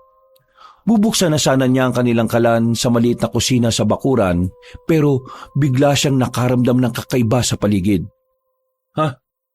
Sino yan? Napatanong na lang siya nang mapansin na parang may anino sa likuran ng punong bayabas. Nang wala namang sumagot, hindi niya na muna yung pinansin. Dahil sa mga kakaibang nararamdaman ay agad na muna siyang pumasok sa loob ng kanilang bahay. Sinarado niya ng maigi ang pintuan, pati na rin ang bintana. Pagsilip niya sa labas, nakita niya na parang may mga tao na sa harapan ng kanilang bakuran. Nagbubulungan. Nang makarinig naman siya ng angil, dito na niya nasiguro na noong mga sandaling yon, nasa peligro na ang kaniyang buhay. Kaya naman agad niyang ginising ang kanyang lolo. Nakauwi ka na pala. Bakit ba po? Lo, kailangan na nating umalis. Ha? Bakit naman? Teka, ano bang oras na? Nangyayari na yung kinatatakutan natin. Yung mga aswang, nasa labas. Mukhang nalaman na nila na si Lemuel ang kumuha ng mga alahas nila. Ay, Diyos ko, Ginoo. Ihanda ko na mga dadali nating gamit. Huwag na kayong magdala ng gamit. Balikan na lang natin bukas. Dali na lang yung mga magagaan at importante. Sandali, gigisingin ko na si Buboy. Biglang lumabas ng kwarto ang lalaking si Lemuel. Kakagising lang nito. Pero nagtataka sa pinag-uusapan ng dalawa. Kung si Samuel lang ang tatanungin, hindi na niya isasama ang kakambal niya. Pero hindi pa rin yun matitiis ng kanyang lolo. Lemuel, sumama ka na sa amin. Nandito na yung mga aswang. Nalaman na nilang ginawa mo. Pinagsasasabi nyo, madaling araw pa lang, lakas na ng tama nyo ah. Kung ayaw mo maniwala, sumilip ka sa bintana, siraulo ka. Agad na lumapit si Lemuel sa bintana. Pagtingin niya rito, kahit ito rin ay nagtataka. Nanlalaki ang mga matang binalikan ng kanyang lolo. Lo, sino yung mga yun? Bakit ang hahaba ng mga kuko nila tapos ang papangit na muka? Yun nga sinasabi namin sa'yo. Mga aswang sila. Nandito dahil sa'yo. Napalunok ng laway si Lemuel. Ang dating pilosopo at maangas na pag-uugali ay tila naging seryoso sa mga sandaling yon. Sumama ka na sa amin. Hindi ka pwedeng maiwan mag-isa rito dahil ikaw mismo ang kailangan nila. Hindi, lalabanan ko yung mga yan. Takot kayo dyan? Hindi mo sila kakayanin. Ako na nagsasabi sa'yo, makinig ka na lang. Huwag na natin pilitin yan. Kung gusto niyang mamatay, edi sige. Basta tayo nila Buboy ang mahalaga. Agad na inasikaso ni Samuel ang batang si Buboy. Sa uli, nagdesisyon na lang din si Lemuel na sumama sa kanila.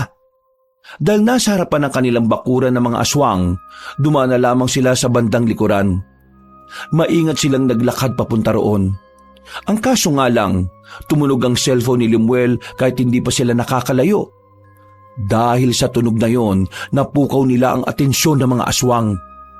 Sa halip na hindi maalalaman na papalis na sila sa likuran, natunugan tuloy ng mga aswang. Nako, kahit nakilan talaga pahamak ang visit kayo, no? Uy, di ko kasalanan na may cellphone ako. Teka, wala no? Hindi yun ang punto. Pinatay mo na sana muna. Huwag na kayong mag-away. Nasa alanganin na nga buhay natin ay nag-aaway pa kayo. Lolo, nakikita ko na po sila. Nakasunod na po sila sa atin. Lalo silang kinabahan nang makitang binubuntutan na sila ng mga aswang. Hindi nila alam kung saan sila patungo ng mga sandaling yon. Ang alam lang nila ay kailangan nilang malagpasan ng gubat na kanilang dinaraanan para makarating sa terminal. na kung saan ay inaasahan nilang maraming tao. Pero hindi umaayon sa kanila ang sitwasyon. Sa halip na makarating sila ay lalo pa yata silang napalayo. Lo, saan na ba to? Mukhang naiba ang direksyon natin, Diyos ko. Diretsyon nyo na lang yan. Lo, kaya mo bang buhatin si Buboy? Ako nang hahawak ng itak. O sige, kaya ko naman. Ipinasa ni Samuel ang bata sa matanda. Habang tumatakbo sila, palingon-lingon pa ang binata sa likuran. Baigpit ang hawak niya sa itak. Sa mga naririnig nilang anghel na dinig sa kagubatan, tila mas lalong nasisilip ni Samuel ang nakaabang na kapahamakan. Pero kahit na binabalot na ng takot ang kanyang buong sistema, sinisikap niyang maging matapang. Dahil alam niyang siya lang naman ang aasahan ni Mang Bitoy at Buboy. Visit naman tong mga to, ang babagal. Manahimik ka nga. Sarili mo lang naman kasi ang dala mo eh. Sus, may hinang nila lang. Sa kakatakbo nila, narinig na rin nila ang hampas ng tubig sa dalampasigan. Ang pag-asa na lamang nila ay ang mga bangkero na naroon. Madaling-madali silang tumakbo. Natanaw nila na merong bangkero na naroon. Isa na lang din ang bangka na maaring magamit dahil madaling araw na yon. Lalapit na sana sila pero natigilan sila nang marinig na may malakas na angil malapit sa kinalalagyan nila. Teka, magtago na muna tayo. Palagpasin na muna natin. Walang mag-iingay. Umupo na muna sila sa gilid. Habang inihintay nilang makalagpas ang aswang, bigla na lamang tumakbo si Lemuel patungo sa dalampasigan. Nauna na itong lumapit sa bangkero. At kahit na gusto mang sumunod nila Samuel, hindi nila magawa dahil sumaktong may iba pang aswang na nasa harapan ng pinagtataguan nila. Gigil na gigil si Samuel sa kanyang kakambal nang makitang sumakay ito ng bangka nang hindi man lang sila hinihintay. Nakita niya pang kumaway ito sa kanila bago tuluyang umalis ang bangkang sinasakyan nito. Gustong magwala ni Samuel sa galit pero hindi pwede. Anumang kaunting ingay na magawa nila, siguradong maririnig ng mga aswang. Makalipas lang ang halos 5 minuto, nawala na rin ang mga aswang. Saka lamang silang nakapunta sa dalampasigan. Pero sa kasamaang palad, wala ng bangka ang pwedeng masakyan nila. Nakita niyo ba kung gaano katarantado yung apo mong lagi mong pinagbibigyan? Iniwan niya tayo, kahit na alam niyang mapapahamak tayo. Wala siyang pakialam sa atin. Kuya Samuel, huwag mo naman pungawain si Lolo. Nakakainis kasi yung siraulong yun eh. Bakit ba ganun kasama ugali niya? Kailan ba siya magkakaroon ng pakialam sa atin? Buwisit talagang taong yun oh. Wala namang magagawa ang galit natin. Ang mabuti pa, umanap na lang tayo ng ibang paraan. Naglakad-lakad sila sa dalampasigan hanggang sa marating na nila ang kabahayan. Kinatok-katok nila ang mga yun. Nakiusap na kung maaaring makigamit ng bangka. Pero wala ni isa sa mga yon ang pumayag. Meron pang ibang nagalit dahil nakabulabog sila ng natutulog. Maya-maya pa, nakita na nila ang mga aswang. Tila nalalaman ng mga yon kung nasan sila base sa amoy ng dugo ni Mang Bitoy. Nakatapa kasi ito ng bubog, kaya mas lalo tuloy silang bumagal. Sige na, mauna na kayo ni Boboy. Hindi pwede yung sinasabi niyo, Lo. Sabay-sabay tayo makakaligtas dito. Inakay ni Samuel ang matanda. Papasok na sila ulit ng kagubatan. Nakahinga sila ng maluwag nang meron silang nakitang bahay roon. Dali-dali nila itong nilapitan. Tao po! Tao po! Oh, sino kayo? Pasensya na sa abala, iha. Pero pwede mo ba kaming matulungan? Bakit po? Ano po bang nangyayari sa inyo? Paano niyo nalaman ang bahay ko? May tinatakasan kasi kami. Nadaanan namin ng bahay ninyo. Kaya nagbabakasakali kami. Anong tinatakasan niyo? Mga aswang. Kaya pakiusap, kung pwede lang papasukin niyo muna kami. Kapag nakita nila kami, baka hindi na kami makaligtas. Sige, pasok kayo. Bakas din sa mukha ng babae ang pag-aalala na kahit hindi naman nila ito kilala, ramdam ni Samuel ang malasakit nito. Hindi gaya ni Lemuel na sarili lang ang iniisip. Hindi ko alam kung maniniwala ako sa aswang na sinasabi niyo pero dito na muna kayo.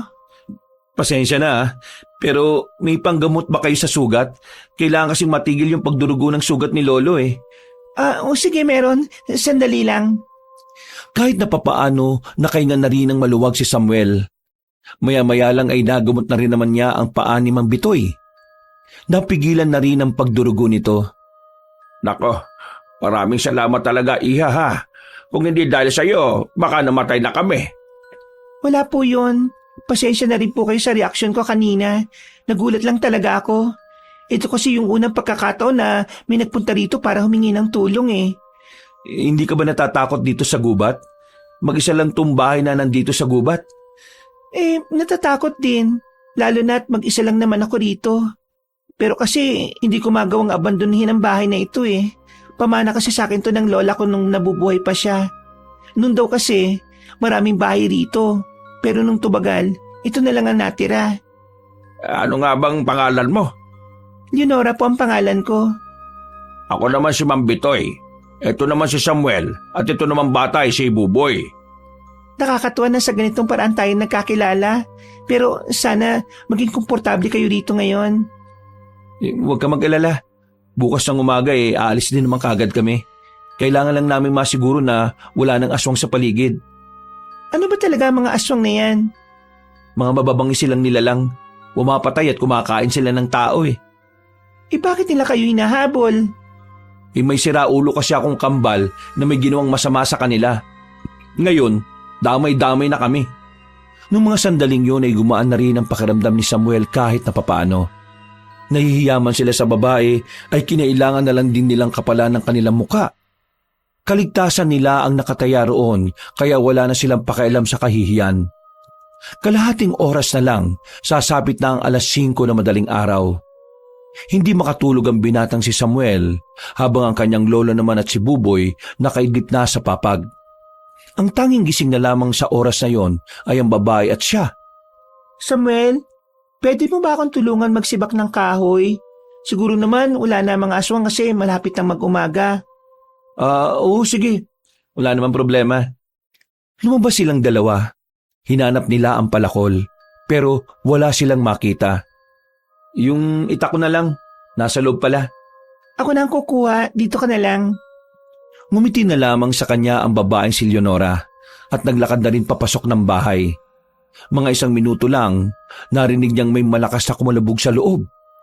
Kasunod nito ay ang boses ng kanyang lolo Bitoy na sumisigaw. Samuel! Nagmamadaling pumasok si Samuel sa bahay. Nadatnan niyang yakap-yakap ni Mang Bitoy ang babae.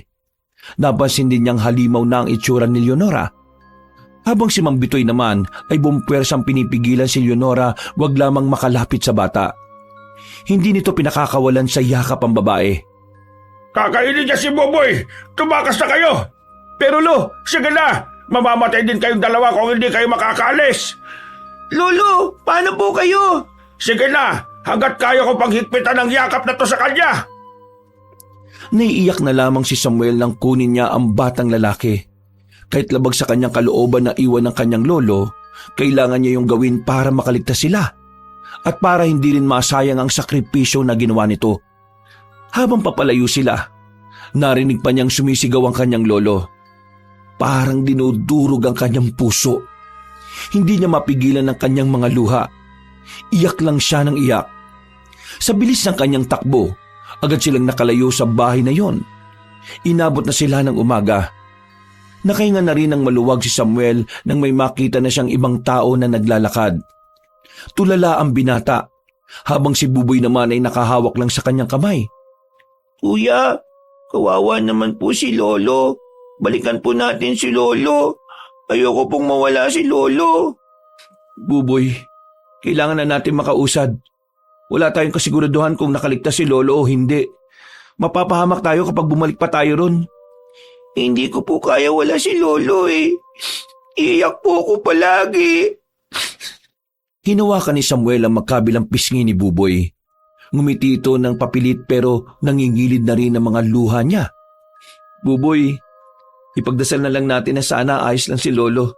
Sa ngayon, kailangan natin makabalik sa atin at makakuha ng mga gamit natin kasi hindi na natapos ni Samuel ang kanyang sasabihin nang biglang may tumuklaw na ahas sa paa niya.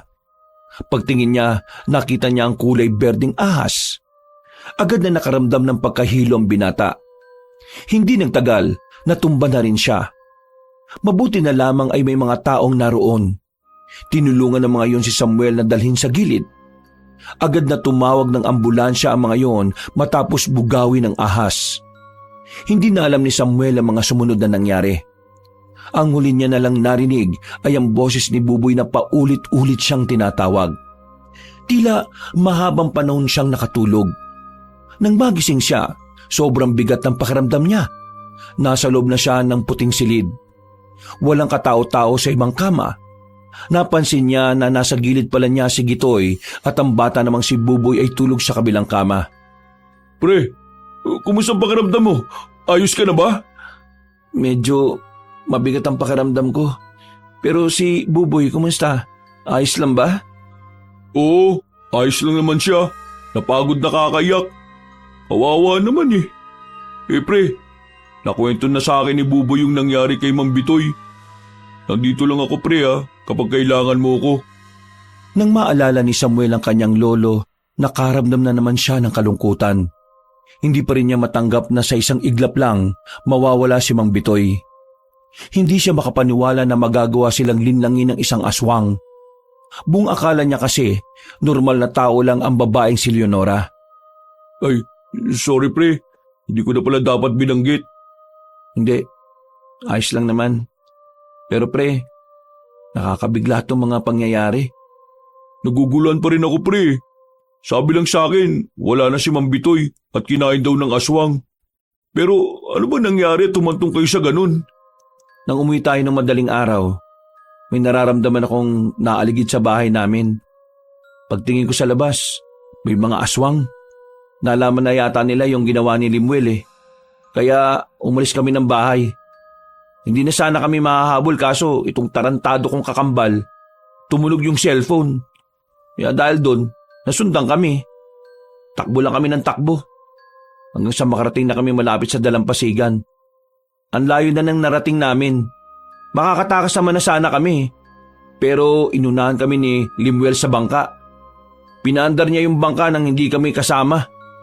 Habang tinatakasan naman namin yung mga aswang, nakilala naman namin si Leonora. Akala namin tao. Isa rin palang aswang. Munti ka na niyang sakmalin si Buboy pero niyakap ni Lolo yung aswang. Tapos, yun na. Pinaalis na niya kami. Yun ang gusto niya eh. Kasi mapapahama kaming lahat kapag nanatili pa kami ron. Sinakripisyo niya yung buhay niya. Alam mo, kaya namin yun eh. Isang aswang lang yun eh. Sadyang pinangunaan lang talaga ako ng takot kaya sinunod ko kagad si Lolo. Ikaw talaga. Wala kang kasalanan dun pre. Tama lang naman ang ginawa mo para makasiguro sa kaligtasan ni Buboy. Pre, papatayin ko si Limuel. Dahil sa kanya kaya nawala si Lolo eh. Kung hindi niya sinolo yung bangka, kung hindi niya kami iniwan, hindi sana mawawala ang lolo namin. Naintindihan ko yung nararamdaman mo pre. Pero mas mainam siguro kung ang pagtuunan mo muna ng pansin ay si Buboy. Kasi pre, kailangan na kailangan niya ng kasama. Sobrang takot na takot siya kanina habang inaasikaso ka rito. Kala niya pati ikaw mawawala na eh. Wisit din kasing ahas yun eh. Nakita ko, King Cobra yung tumuklaw sa akin pre. Dito sa kaliwang... Ha? Teka, bakit parang nawala yung kagat sa akin dito? Aba, oo nga no. Ano nangyari? Tapos ang gaan ng pakiramdam ko bigla. Tingnan mo oh, parang ang gaan din ng kamao ko. Susubukan sana ni Samuel na tumayo. Pero bigla na lang sumakit ang ulo niya. Biglang lumakas ang kanyang mga pandama. Lalong-lalo na ang kanyang pandinig. Ang dami niyang naririnig sa paligid. Parang lahat yata ng nasa ospital ay naririnig na niya. Oo pre, anong problema? Hindi ko alam pre. Ang dami kong naririnig. Pre, yung ano mo, yung mata mo. Ha? Bakit? Humarap ang binata sa salamin. Nakita niya roon na kulay berde ang kanyang mga mata. Parang mata ng isang ahas. Nagtaka siya, kinabahan, nawindang at parang natutuliro na rin sa dami ng mga ingay na kanyang naririnig. Pero kalaunan lang din, nakontrol na rin niya ang mga pandaman niya. Para bang may kung anong bagay ang nagturo sa kanya kung papaano yun imamanipula. Tingin ko, may kakaibang nangyari sa akin nang tuklawin ako ng King Cobra. Ibig mo sabihin, Magiging ahas ka na rin? Hindi, pero may misteryosong nangyayari sa akin. Ang lakas ng pandinig ko at pakiramdam ko. At sobrang gaan ng katawan ko. Matatawag ba natin tong blessing in the sky? Anong blessing in the sky? Blessing in disguise? Siguro nga pero hindi ko sigurado. Kung sakali mang ganun, magagamit ko to para tapatan ng mga aswang. Ipaghiganti ko si Lolo. Kukunin kong hustisya para sa kanya. Huminga ng malalim si Samuel. Maya-maya lamang lumabas na rin siya ng ospital. Parang walang nangyari sa katawan niya. Malakas na siya ulit. Mas lumiksi pa nga. May mga nararamdaman siya sa katawan niya na hindi naman niya nararamdaman noon. Gaya na lamang ng paminsan-minsang pagtigas ng kanyang balat. Pati na rin ang pag-init ng kanyang pisngi at kamay. Hindi niya alam kung mga sinyalis ito ng katangian ng isang ahas. Pero pakiramdam niya, hindi na magiging normal ang katawan niya na gaya ng dati. Pre, kung doon muna kaya tayo sa tiyahin ko. Sabi mo, delikado kayo sa inyo eh. Ang totoo niya, naisip ko rin yan.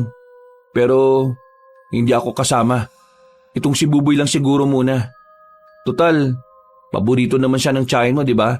At paborito naman siya ni Buboy. Naku, matutuwa si Tiya niyan.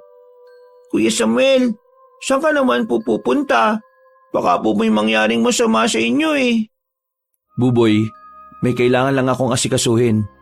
Kailangan ko itong gawin para sa ikatatahimik ng buhay natin. Kakalabanin niyo po ba yung aswang na kumain kay Lolo? Basta, doon ka na muna kay Aling Emma ha. Mas ligtas ka ron. Hindi ka pwedeng nakadikit sa akin. Kasi, kamukha ko ang Kuya Limuel mo. Iisipin nila na iisa kami. At baka pati ikaw madamay. Basta po, wag po kayo mapapahamak ha. Wala na po akong kuya kapag nawala kayo. Wala nang matitira sa akin. Pangako yan, Buboy. Babalikan kita kapag ayos na ang lahat. Nung hapon na yon, ay dumiretso na sila sa bahay ng tiyahin ni Gitoy. Malungkot man para kay Samuel na iwan doon ang kanyang kapatid, pero kailangan niya yung tiisin. Dakong 7:00 ng gabi, kasama niya pa rin si Gitoy nang bumalik sila ng kanilang bahay. Pasensya na pre hindi na tayo nakabalik sa peryahan dahil sa mga nangyari. Hindi, ayos lang naman. Kanina kasi nakausap ko yung kakilala ni Mang Efraim. Wala rin naman daw mamaya si Mang Efraim sa peryahan eh. Ha? Bakit daw? Di ko rin alam eh. Hindi rin naman nasabi. O sige, maya-maya umuwi ka na sa inyo. Baka mamaya bumalik ang mga aswang dito, madamay ka pa. Ang totoo niyan pre, gusto ko madamay. Ha? Pinagsasabi mo? Gusto kitang samahan sa laban mo pre. Pre, tahimik ang buhay mo. Madalas ka lang talakan ng nanay mo pero at least safe ang pamilya mo. Baka madamay lang kayo eh. Hindi ko pa ba nasasabi? Lumuwas na ng Maynila si Papa at Mama para dun sa trabaho na papasukan nila. Yung utol ko naman, stay in na sa bayan. Ako na lang ang mag-isa dyan, kaya walang madadamay. Gusto kitang tulungan kasi nag-aalala rin naman ako na lumakad ka mag-isa. Pre, ikaw lang ang kaibigan ko dito na masasabi ko talagang totoo. Kapag namatay ka pa, lahat ng matitira peke na eh. Tropa lang ako kapag may pera ako. O sige na, sumama ka na. Baka umiyak ka pa eh. Yun! Makalipas ang ilang sandali, inihanda na rin nila ang kanilang tutulugan. Magkasamang dalawa sa iisang silid. Nakatago ang mahabang itak sa ilalim ng unan. Inaasahan ni Samuel na sa gabing yon, muling babalik ang mga aswang. Malakas kasi ang kutob niya. Mula kasi nang matuklaw siya ng ahas, para bang pakiramdam niya tama ang lahat ng kanyang hinala. Pre, naririnig mo ba yun? Oo, malayo pa lang sila, naririnig ko na. Mukhang hindi nila ako titigilan Akala nila ako si Limuel eh. Wisit na Limuel yan. Sana kung nasan man siya ngayon, maalapa siya ng aswang. Eh kung sabihin natin sa mga aswang na may kakambal ka at si Limuel ang may kasalanan sa kanila. Hindi ko alam kung makikinig sila sa atin pero susubukan natin. Huminga ng malalim si Samuel. Nilakasan na lamang niya ang kalooban ng lumapit sa pintuan. Pagbukas niya ng pintuan, may nakita na siya agad ng mga kalalakihan na nasa tapat ng kanilang bakuran. Nag-iisa lamang ang babaeng naroon. Yun ay walang iba kundi ang babaeng si Leonora. Makinig kayo sa akin mga aswang! Hindi ako ang taong kumuha ng mga alahas sa libingan ninyo. Meron akong kakambal na si Raulo eh. Siya ang may kasalanan sa inyo at hindi ako. Tingin mo ba malilinlang mo ko?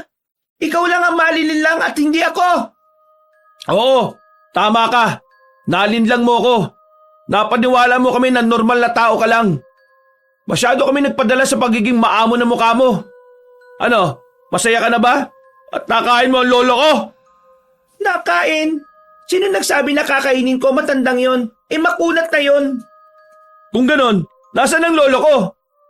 Kung iniisip mong nakatakas siya, nagkakamali ka. Nasa pugad siya ng mga aswang. At anumang araw ngayong linggo, gagawin na rin siyang kagaya namin. Kaya kung ano man ang kinuha mo sa puntod ng mga ninuno namin, ibalik mo na. Baka sakaling magbago ang isip ng mayora naming mga aswang. Sinabi ko na nga sa inyong hindi ako yun eh. Kung gusto niyo ng katunayan, pwede ko naman. Wala kaming tiwala sa mga tao. Kaya kahit anong tanggi mo, wala kayong mapapala. Hindi mo malilinlang ang mga magagaling na manlilinlang. Madali lang naman ang usapan. Ibalik mo ang kinuha mo sa mga ninuno namin at aalis kami ng payapa. Walang masasaktan, walang mamamatay. Hindi ka ba nakakaintindi? Wala nga sa akin ang hinahanap nyo. Hanapin nyo sa kamukha ko. Kung wala kang may bibigay ngayon, bahala ka. Mapipilitan kaming paslangin ka para pagbayaran ang ginawa mong pambabastos sa puntod ng mga ninuno namin. Sa puntong ito, naramdaman na ni Samuel ang kaba. Alam niyang hindi na mapipigilan ng mga aswang. Hindi niya alam ang kanyang gagawin. Ngayong hindi umubra ang maayos na usapan, wala na siyang nakikitang ibang paraan para harapin ang mga yon. Patayin niyo na ang isang yan! Sabay-sabay na lumapit ang mga aswang. Sa hindi inaasahang pagkakataon, bigla na lamang nagbago ang kulay ng mga mata ni Samuel. Naramdaman niyang humaba ang kanyang mga kuko. Paghawak naman niya ng kanyang pisngi, naramdaman niyang parang may kakaunting kaliskis doon. Mabilis niyang nailaga ng mga aswang. Parang kalkulado niya ang galaw ng mga yon. Na mga sandaling yon, maging siya ay namamangha rin sa kanyang sarili. Pero aminado siya na gustong-gusto niya ang bagong bersyon niya. Hindi normal, pero alam niyang malaki ang may tutulong nito para sa kanya at sa nakararami. Nagawang palaga ni Samuel ang mga aswang. Sugutan ang mga nilalang dahil sa mahahabang kuko ng binata. Maya-maya lang, napansin ng aswang na si Leonora na parabang tagilid sila sa laban na yon. Ikinagulat din kasi nito ang pinakita ni Samuel, bagay na hindi nito inaasahan. Anong klaseng nilalang ka? Hindi ko rin alam. Tanungin mo yung King Cobra. Akmang aatake pa sana si Samuel pero agad-agad na ring umalis ang mga yon. Hindi na niya sinundan pa ang mga aswang. Ang mahalaga na lang para sa kanya ay ang kanilang kaligtasan. Pre, wala na sila. Pasensya ka na pre ah. Nabigla din ako, wala akong nagawa. Wala yun. Ang mahalaga, walang nasaktan. Huwag ka mag-alala. Magpa-practice na ako sa pagpatay ng mga salot na yun. Pre, buhay pa daw si Lolo. Kailangan ko siyang mailigtas sa lalong madaling panahon. Kasama mo ako dyan pre. Lumipas ang gabing yon na wala nang nangyaring masama sa kanila. Kinaumagahan naman, kumalat ang chismis na may mga aswang na dumating sa kanilang baryo. Mabuti na lamang ay walang nakakita sa ginawa ni Samuel. Ilang araw pa ang nagdaan, walang nagparamdam na aswang. Walang kahit na anong bakas ang nakita sa kanilang lugar. Kutob ni Samuel, pinaghahandaan din siya ng mga nilalang. Samantala, kahit ilang araw na ang dumaan, nanatili pa rin positibo si Samuel na buhay pa ang kanyang lolo. Nagtitiwala siya sa kanyang pakiramdam. Parte kasi ng kanyang abilidad ay ang pagkakaroon ng tamang hinala. Sigurado ka bang may dadaan na aswang dito? Oo, ramdam na ramdam ko. Maghintay pa tayo ng kaunti. Handang-handa silang dalawa, lalo na si Gitoy na talagang hinasa pa ang itak para lamang sa oras na yun. Nakatago lamang sila sa likuran ng malaking puno. Hindi nagtagal, naramdaman na rin ni Samuel ang presensya ng mga aswang. Sumenyas na siya kay Gitoy. Mga ilang sandali lang, Ngayon na! lumabas ang dalawa. Sinamantala nilang kampante ang mga aswang. Pinagtatataga ni Gitoy ang mga yon, habang si Samuel naman ay mabilis na pinagkakakalmot ang mga yon. Dahil sa pagiging matagumpay ng kanilang pananambang, napuksa nila kaagad ang mga yon. Pero meron isang aswang na hindi gaanong pinuruhan ni Samuel. Kailangan niya kasing malaman kung nasaan ang kuta ng mga aswang. Nasabi naman ng lalaking aswang ang direksyon kung paano makakarating doon. Kaso hindi na nila yon natanong pa ng ibang bagay nang bigla na itong mamatay at bumula ang bibig. Pati na rin ang ibang aswang na kinalmot ni Samuel. Bumula rin ang bibig at nagkulay ubi ang labi. Pre, mukhang may kamandag yata yung kuko mo ah. Angas pre, sobrang angas mo. Hindi ko nakala na magkakaroon ako ng kaibigan na kagaya mo. Hindi pa tayo tapos magdiwang pre. Nagsisimula pa lang. Huwag muna tayo magdiwang pre. Nagsisimula pa lang tayo. Kaya mo pa ba? Bakit? Ngayon din, pupuntahan natin yung sinasabi nitong aswang na to. Tumungo na lamang si Gitoy. Wala siyang sinayang na pagkakataon. Agad-agad naman silang umalis. Nilakbay nila ang kagubatan. Dahil sa puntong ito, wala nang nararamdamang takot si Samuel. Malaki talaga ang pasasalamat niya sa mahiwagang ahas na yon. Dahil kung hindi dahil doon, wala siyang kakayahan na lumaban sa mga aswang. Mukhang itinadhanang siya ang napili ng King Cobra para mabigyan ng mutya, para mabigyan ng kapangyarihan. Pre, ano sa tingin mo ang aabutan natin? Hinala ko, maraming kasabay si Lolo. Na tulad niya, gagawin ding aswang. Mukhang totoo nga yung sinasabi ni Mang Efraim na nagsisimula na silang maghari sa probinsyang ito. Kapag dumami sila ng dumami, mahihirapan na ang mga tao. Mabuti na lang talaga nagkaroon ka ng kakaibang abilidad, no? Magpasalamat tayo dun sa King Cobra na tumuklaw sa'yo. Napangiti na lang si Samuel. Pero maya-maya lang, nawala na rin ang ngiti nila nang maramdaman na naman niya ang mga aswang. Pero sa pagkakataong ito, mukhang mahihirapan na sila. Ayon sa pakiramdam ni Samuel, mas matataas na uri ng mga aswang na ang kanilang makakalaban. Kaya naman tumigil na muna sila sa gilid. Pinahaba ni Samuel ang kanyang kuko bilang paghahanda sa nalalapit na laban. Ako na munang lalabas ha. Humanap ka ng pagkakataon para makaatake. Susubukan ko muna silang bawasan. Sige pre, copy. Naganap ng tamang tiyempo si Samuel. Inalam na muna niya kung anong klase ng mga aswang ang makakalaban niya. Nang makita na niya ang mga yon, napagtanto niya na mga matataas na uri ng tiktik pala mga yon. Aminadong nagkaroon na naman siya ng kaunting kaba. Pero nawala ang kabang yon nang lumabas na siya at harapin ang mga aswang. Hindi pangkaraniwan ang kanyang bilis.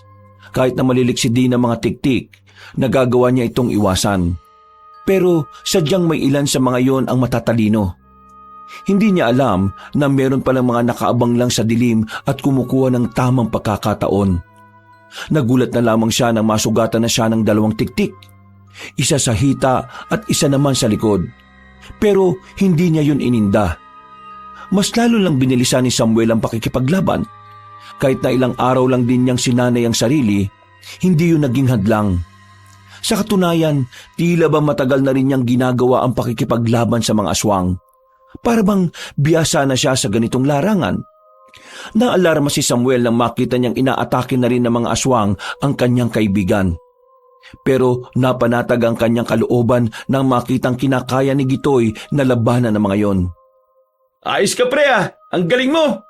Naman! Pinag-aralan ko kaya to. Oh, sa likod mo! Hinila ni Samuel ang kanyang kaibigan nang may matira pa palang isang aswang. Agad na kinalmot ni Samuel ang aswang na yon.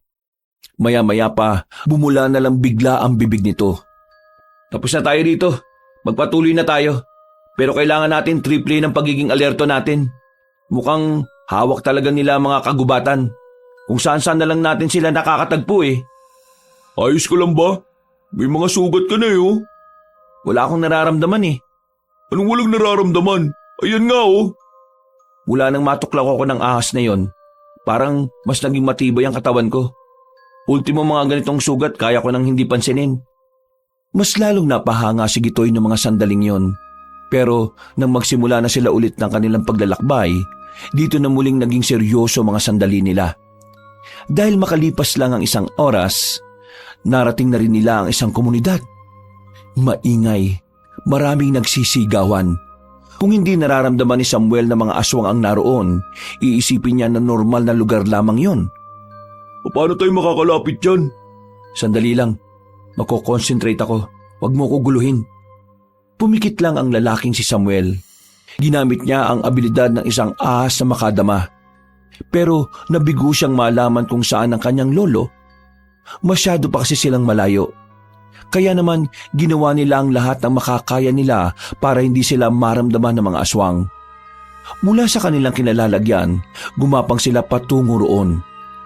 At sa pagkakataong ito, tuluyan ang nalaman ni Samuel kung nasaan ang matanda. Naririnig niya kasi ang tinig nito. Kukunin natin si Lolo pero dapat hindi tayo makakagawa ng kahit na anong gulo. Hindi natin sila pwedeng mabulabog. Itatakas natin si Lolo nang hindi nila nalalaman. Tumango lamang si Gitoy. Muli silang gumapang. Nang matanaw nila ang parang bodega na kinalalagyan ni Mang Bitoy, pinakiramdaman na muna niya ang paligid. Parang walang ibang aswang na naroon maliban na lang sa dalawang nagbabantay sa labas. Mabilis na nilapitan ni Samuel ang dalawang banta. Binalian niya ito ng liig at saka itinarak ang mahahaba niyang kuko. Nang masigurong patay na ang mga yon, sinipa niya ng malakas ang pinto. Nakita niya agad si Mang Bitoy na naroon. Agad-agad niya itong niyakap dahil sa sobrang pagkasabik. Lo, buti naman ligtas ka. Dinala nila ako rito para gawing kagaya nila. Mamaya na tinatawag nilang Yanggaw. Maraming salamat, Apo. Buti na lang dumating ka. Itatakas na kita dito. Sandali, isama na natin siya. Dalawa na lang kami rito Yung iba nauna ng ni Yanggaw. Paglingon ni Samuel sa gilid, nakita niya naman si Mang Efraim. Nakangisi ito sa kanya na parabang matagal nang tinanggap na magiging aswang na sila. Boss, bigla na lang may humablot sa akin nung nakaraan Dinala ko rito. O sige, sabay-sabay na tayong tatakas dito. Paano mo kami tatakas dito? Sandamukal na aswang ang nasa labas. Magtiwala lang kayo sa akin. Pinakita ni Samuel ang kulay berde niyang mga mata, pati na rin ang humahaba niyang kuko. Hindi ako aswang. Saka ako nipapaliwanag sa inyo kapag nakalis na tayo rito. Tara, sumunod kayo sa akin. Nagmamadali na silang makalis ng mga sandaling yon. Alam na alam ni Samuel ang mga dadaanan nila na walang aswang. Nang marating na nila ang pinagtataguan ni Gitoy, sinimulan na rin nilang gumapang. Matyaga nilang ginawa yon. Sa awa ng Diyos, nakalis sila roon at nakabalik sa kagubatan. Hindi sila naging kampante kahit na walang nakakakita sa kanila. Binilisan pa nila ang kanilang lakad hanggang sa tuluyan na nga silang makalayo roon. Pwede na tayo magpahinga rito. Wala na sila. Hindi na nila tayo makikita rito. Boss, kaya pala wala ka sa peryahan. Nakuha ka rin pala ng mga aswang. Alata ba? Buti na lang talaga magaling tong kaibigan ko. Samuel, sabihin mo nga sa akin, ano ba nangyari sa'yo? Bakit ka nagkaganyan? Hindi ko rin alam, Lo. Basta, naging ganito ako nang may tumuklaw sa akin na ahas. Isang king cobra. Akala ko nga mamamatay na ako kasi sobrang sama ng pakiramdam ko nung nasa ospital ako Pero hindi. May kakaiba palang abilidad na binigay sa akin yung ahas na yon. Mabuti naman at nagkaroon ka ng ganyang abilidad. Kasi sa totoo lang, mahirap talunin yung pinuno nila. Kilala niyo po kung sino yung pinuno nila? Kilala? Malamang hindi. Pero sa ilang araw na namin dito, narinig namin na yung matandang babae ang pinuno nila. Ano ang pangalan nun, pre? Pelya.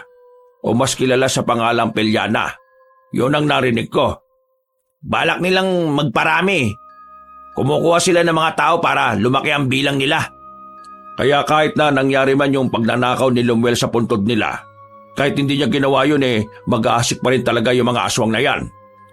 Lo, kung hindi niya ginawa yun, hindi sana malalagay ang buhay natin sa panganib. Wala rin pinagkaiba. Yan na naman kayo Nilagay niya na nga sa alanganin yung buhay niyo, tapos siya pa rin ang iniisip niyo. Di naman sa ganon. Pasensya ka na. Uy, tama na yan. Wala namang magagawang pagtatalo nyo Saka nyo na lang pag-usapan yung mga personal na problema nyo kapag natapos na natin ang problema na to. Bumuntong hininga na lamang si Samuel. Tinapik na lamang din niya sa balikat ang kanyang lolo. Matapos ang kanilang pagpapahinga, nagsimula na ulit silang maglakad. Kung gusto nyo, doon na muna tayo sa bahay ko. Delikado sa baryo natin dahil ayon nga sa inyo, ilang beses nang nakarating ang mga aswang doon. Sigurado po kayo, boss? Anong klaseng tanong yan? Malamang sigurado ako. Ako nga nag-aalok eh. Magpapasalamat na rin yon dahil niligtas nyo ako.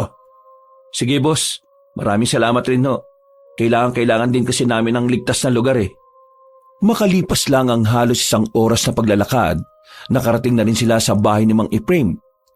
2 palapag ang bahay at sementado na rin. Sa sala, merong malambot na sofa. Iilan pa lang ang kagamitan na naroon. Katatapos lang ipagawa to. Pansin nyo naman, kakaunti pa lang ang gamit. Bahay sana namin to ng dati kong asawa kung nagkabalikan lang kami. Kaso hindi eh. Ayaw na. Kaya eto, ako na lang mag-isa. Hindi na lamang nagsalita si Samuel. Maya-maya lang din ay si Mang Ephraim na rin ang nagluto. Katuwang nito si Gitoy. Habang ang maglolo naman ay nagmumuni-muni lamang sa labas. Huwag kayong mag-alala kay Buboy. Nasa maayos na kalagayan siya. Iniwan muna namin siya sa bahay ng tiya ni Gitoy. Ay mabuti naman kung ganon. Alam kong itatanong mo kung anong nangyari kay Lemuel. Sa ngayon, wala akong balita sa kanya.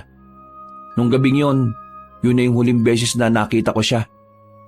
Kung nasaan man siya, bahala na siya sa buhay niya. Magmula ngayon, ang iintindihin ko na lang ay ikaw at si Buboy. Lo, mahaba-habang labanan to. Kahit na may kakayan ako na labanan ng mga aswang, hindi ko pa rin sigurado kung kailan ko sila matatalo. Kaya sa oras na magsimula ang laban, gusto ko nasa ligtas kayong lugar ni Buboy. Huwag ka mag-alala. Ako nang bahala kay Buboy.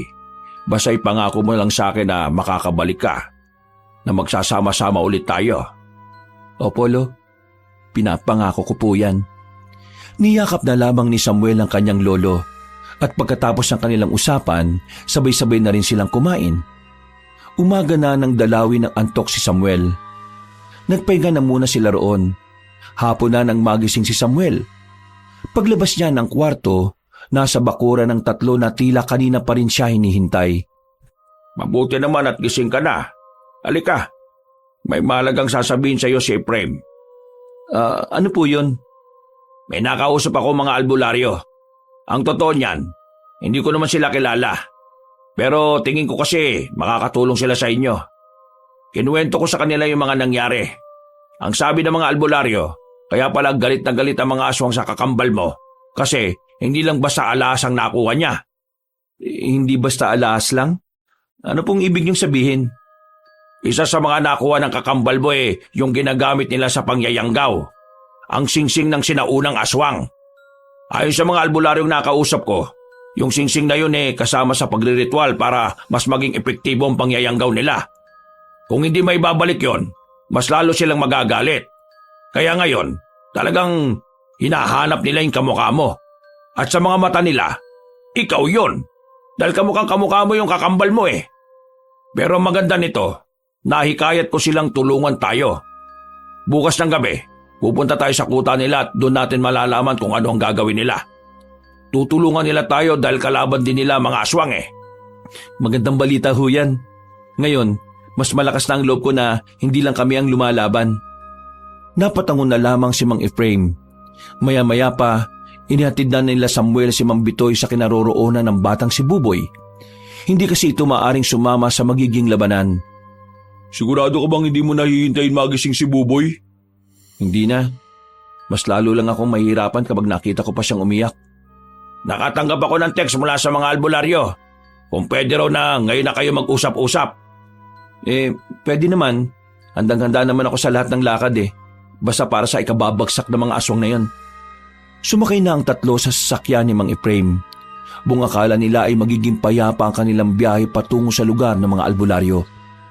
Pero sa kasagsagan ng kanilang biyahe, naramdaman na lamang ni Samuel ang presensya ng mga aswang na sumusunod sa kanila. Boss, may sumusunod sa atin. Anong gagawin ko? Bibilisan ko ba o ibabangga ko? Itigil nyo. Itigil ko? Lalabanan natin sila? Hindi. Kaming 2 lang ni Gitoy. Dito lang kayo sa loob. Minamalit mo ba ako? Makinig ka lang sa akin, boss. Mahaba pa buhay mo. Pero kung di ka makikinig, baka hanggang mamaya ka na lang. Hindi na nagsalita pa si Mang Ephraim. Hinto na lamang nito agad ang sinasakyan. Ilang segundo lang, naririnig na nila ang mahihinang angil at mga kaluskos sa paligid. Boss, dito lang kayo kahit na anong mangyari. Kami na ang bahala sa labas. Siguraduhin nyo lang, kasi ayaw kong humarurot at masagasaan yung mga bangkay ninyo. Lumabas si Samuel at Gitoy. Muli, nakita ni Samuel ang babaeng si Leonora. Pero sa pagkakataong ito, nararamdaman niyang tila merong nagbago sa babae. Pero ganun pa man, hindi naman ito nakapagdulot ng kaba sa kanya. Pinatunayan mo sa akin nung nakaraan na talagang kakaiba ka. Kaya naman, siniguro ko rin na sa susunod na pagkikita natin ay mas magiging masaya ka sa magiging laban mo. Hindi ako masaya na makita ka. Masaya ako kasi nabawi na namin si Lolo. Tungkol dyan, galit na galit ang pinuno namin kaya humanda ka. Magdudulot ng mas malaking kaguluhan ang ginawa mo. Lalo pat kinuha mo ang pinakamahalagang bagay na ginagamit namin. Ano ka ba? Ilang beses ko nang inuulit sa'yo, hindi ako ang kumuha, yung kakambal ko. Pagsisisihan mo ang ginawa mong ito sa amin. Hindi ko naman hahayaan na magawa niyo ang gusto ninyo. Inaamin ko na galit ako sa kakambal ko. Dahil munti ka na kami mapahamak. Pero yung pagnanakaw na ginawa niya sa singsing ng ninuno nyo, yun ang isa sa ipinagpapasalamat ko. Dahil kahit wala siyang pakialam, hindi naman niya naituloy yung pangyayanggaw ninyo. Ang dami mong sinasabi.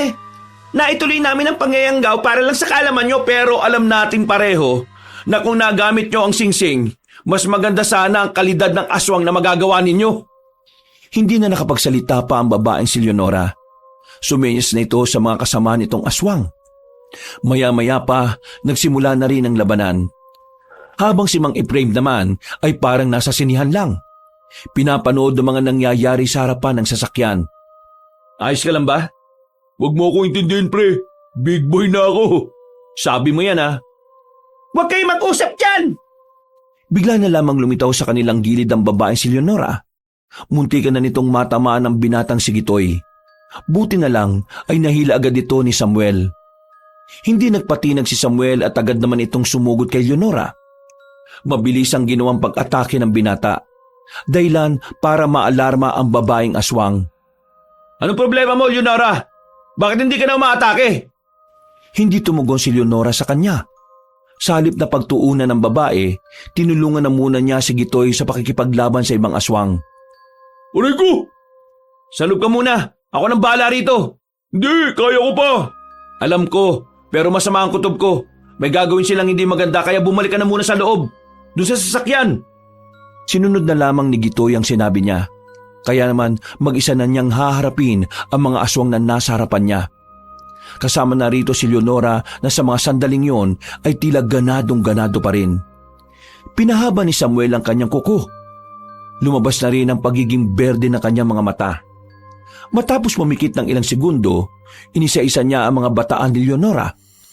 Walang kahirap-hirap niyang pinagpapapaslang ang mga yon. Nang si Leonora na lamang ang natitira, dito na pumorma ang babaeng aswang. Humaba na rin ang kuko nito at ang pangil. Mas lalong pumangit ang mukha nito. Lumabas na rin ang tunay nitong anyo bilang aswang. Ibalik mo ang ninakaw mo kung ayaw mong maubos sa mga tao sa baryo ninyo! Umatake ang babae. Sa hindi malamang dahilan, tila na blanko ang utak ni Samuel. Naramdaman niyang may ginawa si Leonora pero hindi niya lang yung maintindihan kung ano. Dahil sa ginawa ng aswang, huli na nang gustuhin ni Samuel na umilag. Tumama na ang mahabang kalmot sa dibdib niya. At sa unang pagkakataon, tila nakaramdam na rin siya ng hapdi. Pero hindi pa rin yung naging dahilan para mabahala si Samuel. Sa katunayan, mas lalo siyang naging mabilis. Mas lalo niyang ninais na matalo si Leonora. Ano na? Parang bumagal ka yata. Kung ano man ang ginawa mo sa akin, hindi mo na mauulit yon. Dahil ngayon, alam ko na kung ano yon. Nanggigil naman si Leonora at muli na naman itong umatake. Pero sa pagkakataong ito, hindi na umubra ang panghihipnotismong dihim nitong ginawa kay Samuel. Nakatsyempo si Samuel kaya dali-dali niya itong kinalmot sa tagiliran. Nang bumagsak ang babaeng si Leonora, sinundan pa ni Samuel ang 2 kalmot sa mukha. Napadistansya ang babaeng aswang. Hintay mo na lang kung kailan ka mamamatay. Bakit? Akala mo tatalab sa akin ang laso na ipinagmamalaki mo? Nagkakamali ka yata ng intindi. Hindi lason ang meron sa kuko ko, kundi kamandag. Isang nakamamatay na kamandag na mula sa mabangis na ahas. Umaasa ka na uubra yan sa akin? Masyado mo yata akong... Nakita na lamang ni Leonora na meron siyang isinukang dugo. Hindi nagtagal, bumubula na rin ang bibig niya. Ang kamandag na meron ng kuko ko ay maaari mo ring ihambing sa lason. Kasi nagkakatulad sila pagdating sa pagbula ng bibig ng biktima nito. Kaya naman, kailangan mo na magpaalam. Ito na ang katapusan mo. Kailangan mo maintindihan na kahit na anong gawin ninyo, hindi kayo magtatagumpay. Nakatingin na lamang sa kanya si Leonora, pero hindi na ito makapagsalita. Bumubula ang bibig niya at sa kakalaunan ay nangisay na lamang ito. Nang masigurong patay na ang babaeng aswang, lumabas na rin si Gitoy at Mang Efraim. Ang ganda ng laban. Para akong nanonood sa sini kanina. Bilisan na lang natin pumunta sa kuta ng mga albularyo para malinisan agad ang sugat ni Gitoy. Di sumakay na kayo. Agad na rin silang sumakay at saka pinaandar na rin ni Mang Efraim ang truck. Hindi nagtagal, nakarating na rin sila sa kuta ng mga albularyo. Agad na ipinakilala ni Mang Efraim si Samuel sa mga yon. At dahil nga sa kakaibang abilidad ng binata, mabilis na nagtiwala sa kanya ang mga albularyo. Nagsagawa agad sila ng pagpupulong at napagkasunduan naman ang mga gagawin. Doon na rin nila napagpasyahan na magpalipas ng gabi. Ayos na ba yung sugat mo? Oo, ayos na. Nalinis na. Muntikan pa akong maihi sa mga inilagay ng mga albularyo. Sobrang hapdi eh. Maraming salamat pre ah. Salamat saan? Kasi hanggang sa puntong ito, kasama pa rin kita. Sus, maliit na bagay. Hindi ito maliit na bagay. Kung tutusin, kaya ko naman na itong mag-isa eh. Pero iba pa rin talaga kapag may kasama kang lumalaban. Ano ka ba naman? Magkaibigan tayo no? Parang magkapatid na rin. Alam mo sa una pa lang na nakikita ko yung ugali ni Lemuel. Ikaw na lang sana ang naging kakambal ko eh no? Naku, kung naging magkakambal tayo, baka araw-araw tayo nagtatalo kung sino mas gwapo. Nagtawanan na lamang ang dalawa habang nagmumuni-muni sila. Maya-maya lang pumasok na rin sila sa loob para makapagpahinga. Kahit tahimik na ang paligid, tila maingay pa rin sa utak ni Samuel. Ang daming tumatakbo sa kanyang utak. Ang dami niyang iniisip. Mga bagay na gusto niyang mailagay sa tama. Mga sitwasyon na gusto niyang mapabuti. Kinabukasan, maaga pa lang ay nagising na rin si Samuel. Naririnig niya ang mga albularyong nagtatawanan sa labas. Pagsilip niya, nakita niya ang mga yon na nasa bakuran. Nakakabiruan. Napangiti na lang din siya dahil doon. Mga bandang 6:00 daw ng gabi ang alis ninyo. Hindi kayo sasama? Ano naman ang gagawin ko ron? Kala ko sasama kayo eh. Teka, hindi mo na ako tinatawag na boss ah. Wala naman ho tayo sa peryahan. Kaya hindi kita boss. Kung sa bagay, tama ka naman. Mang Efraim, pwede bang humingi ng pabor? Hindi naman tayo close pero sige, ano yon? Kung sakali mang may masamang mangyari sa akin, kayo na ho ang bahala sa lolo't kapatid kong maliit. Anong gagawin ko? Gusto ko lang tulungan mo silang tanggapin ang pagkawala ko. Kung sakali lang naman. Tumungo lang si Mang Efraim. Isang pilit na lamang ng ngiti din ang naisukli sa kanya ni Samuel. Naging mabilis sa mga oras ng mga sandaling yon. Sumapit na ang kinagabihan. Yun ang sandali na kailangan na nilang puntahan ang mga aswang sa lungga ng mga yon. Pero hindi pa man sila nakakaalis. Mukhang ang mga nilalang na yon ang kusa nang lumapit sa kanila. Nagbigay agad ng babala si Samuel. Agad din namang naniwala ang mga albularyo. Sa pagkakataong ito, tumungo na sila sa kanya-kanyang pwesto. Inihanda ng mga yon ang kanilang mga armas at sandata. Habang si Samuel at Gitoy naman ay nanatiling nakatayo sa bungad ng lugar. Isang matandang babae nakita nilang naglalakad palapit. Pero tumigil din ito ng ilang metro na lang ang pagitan sa kanila. tumingin sa kanila ng diretsyo. Ngumiti na para bang inosenteng matanda. Pero alam ni Samuel ang presensyang meron ito. Batid niyang ang matandang ito ang sinasabi ni Leonora na pasimuno ng lahat ng aswang. Ikaw ba si Aling Pelia? Hindi sumagot ang matanda, pero nawala ang ngiti nito sa muka. Mabilis ang mga pangyayari. Itinulak agad ni Samuel si Gitoy palayo dahil nararamdaman niyang nakalapit na agad si Aling Pelia sa kanya. Parang hindi ito matanda kung kumilos. Sobrang bilis, sobrang liksi. Dahilan para hindi mailaga ni Samuel ang ginawang pagtarak nito ng mahaba nitong kuko sa kanyang tiyan. Buti na lamang ay makapal ang kaliskis ng ahas sa katawan niya sa mga sandaling yon. Kaya kahit na papaano, hindi naman bumaon ng gusto ang kuko na matanda.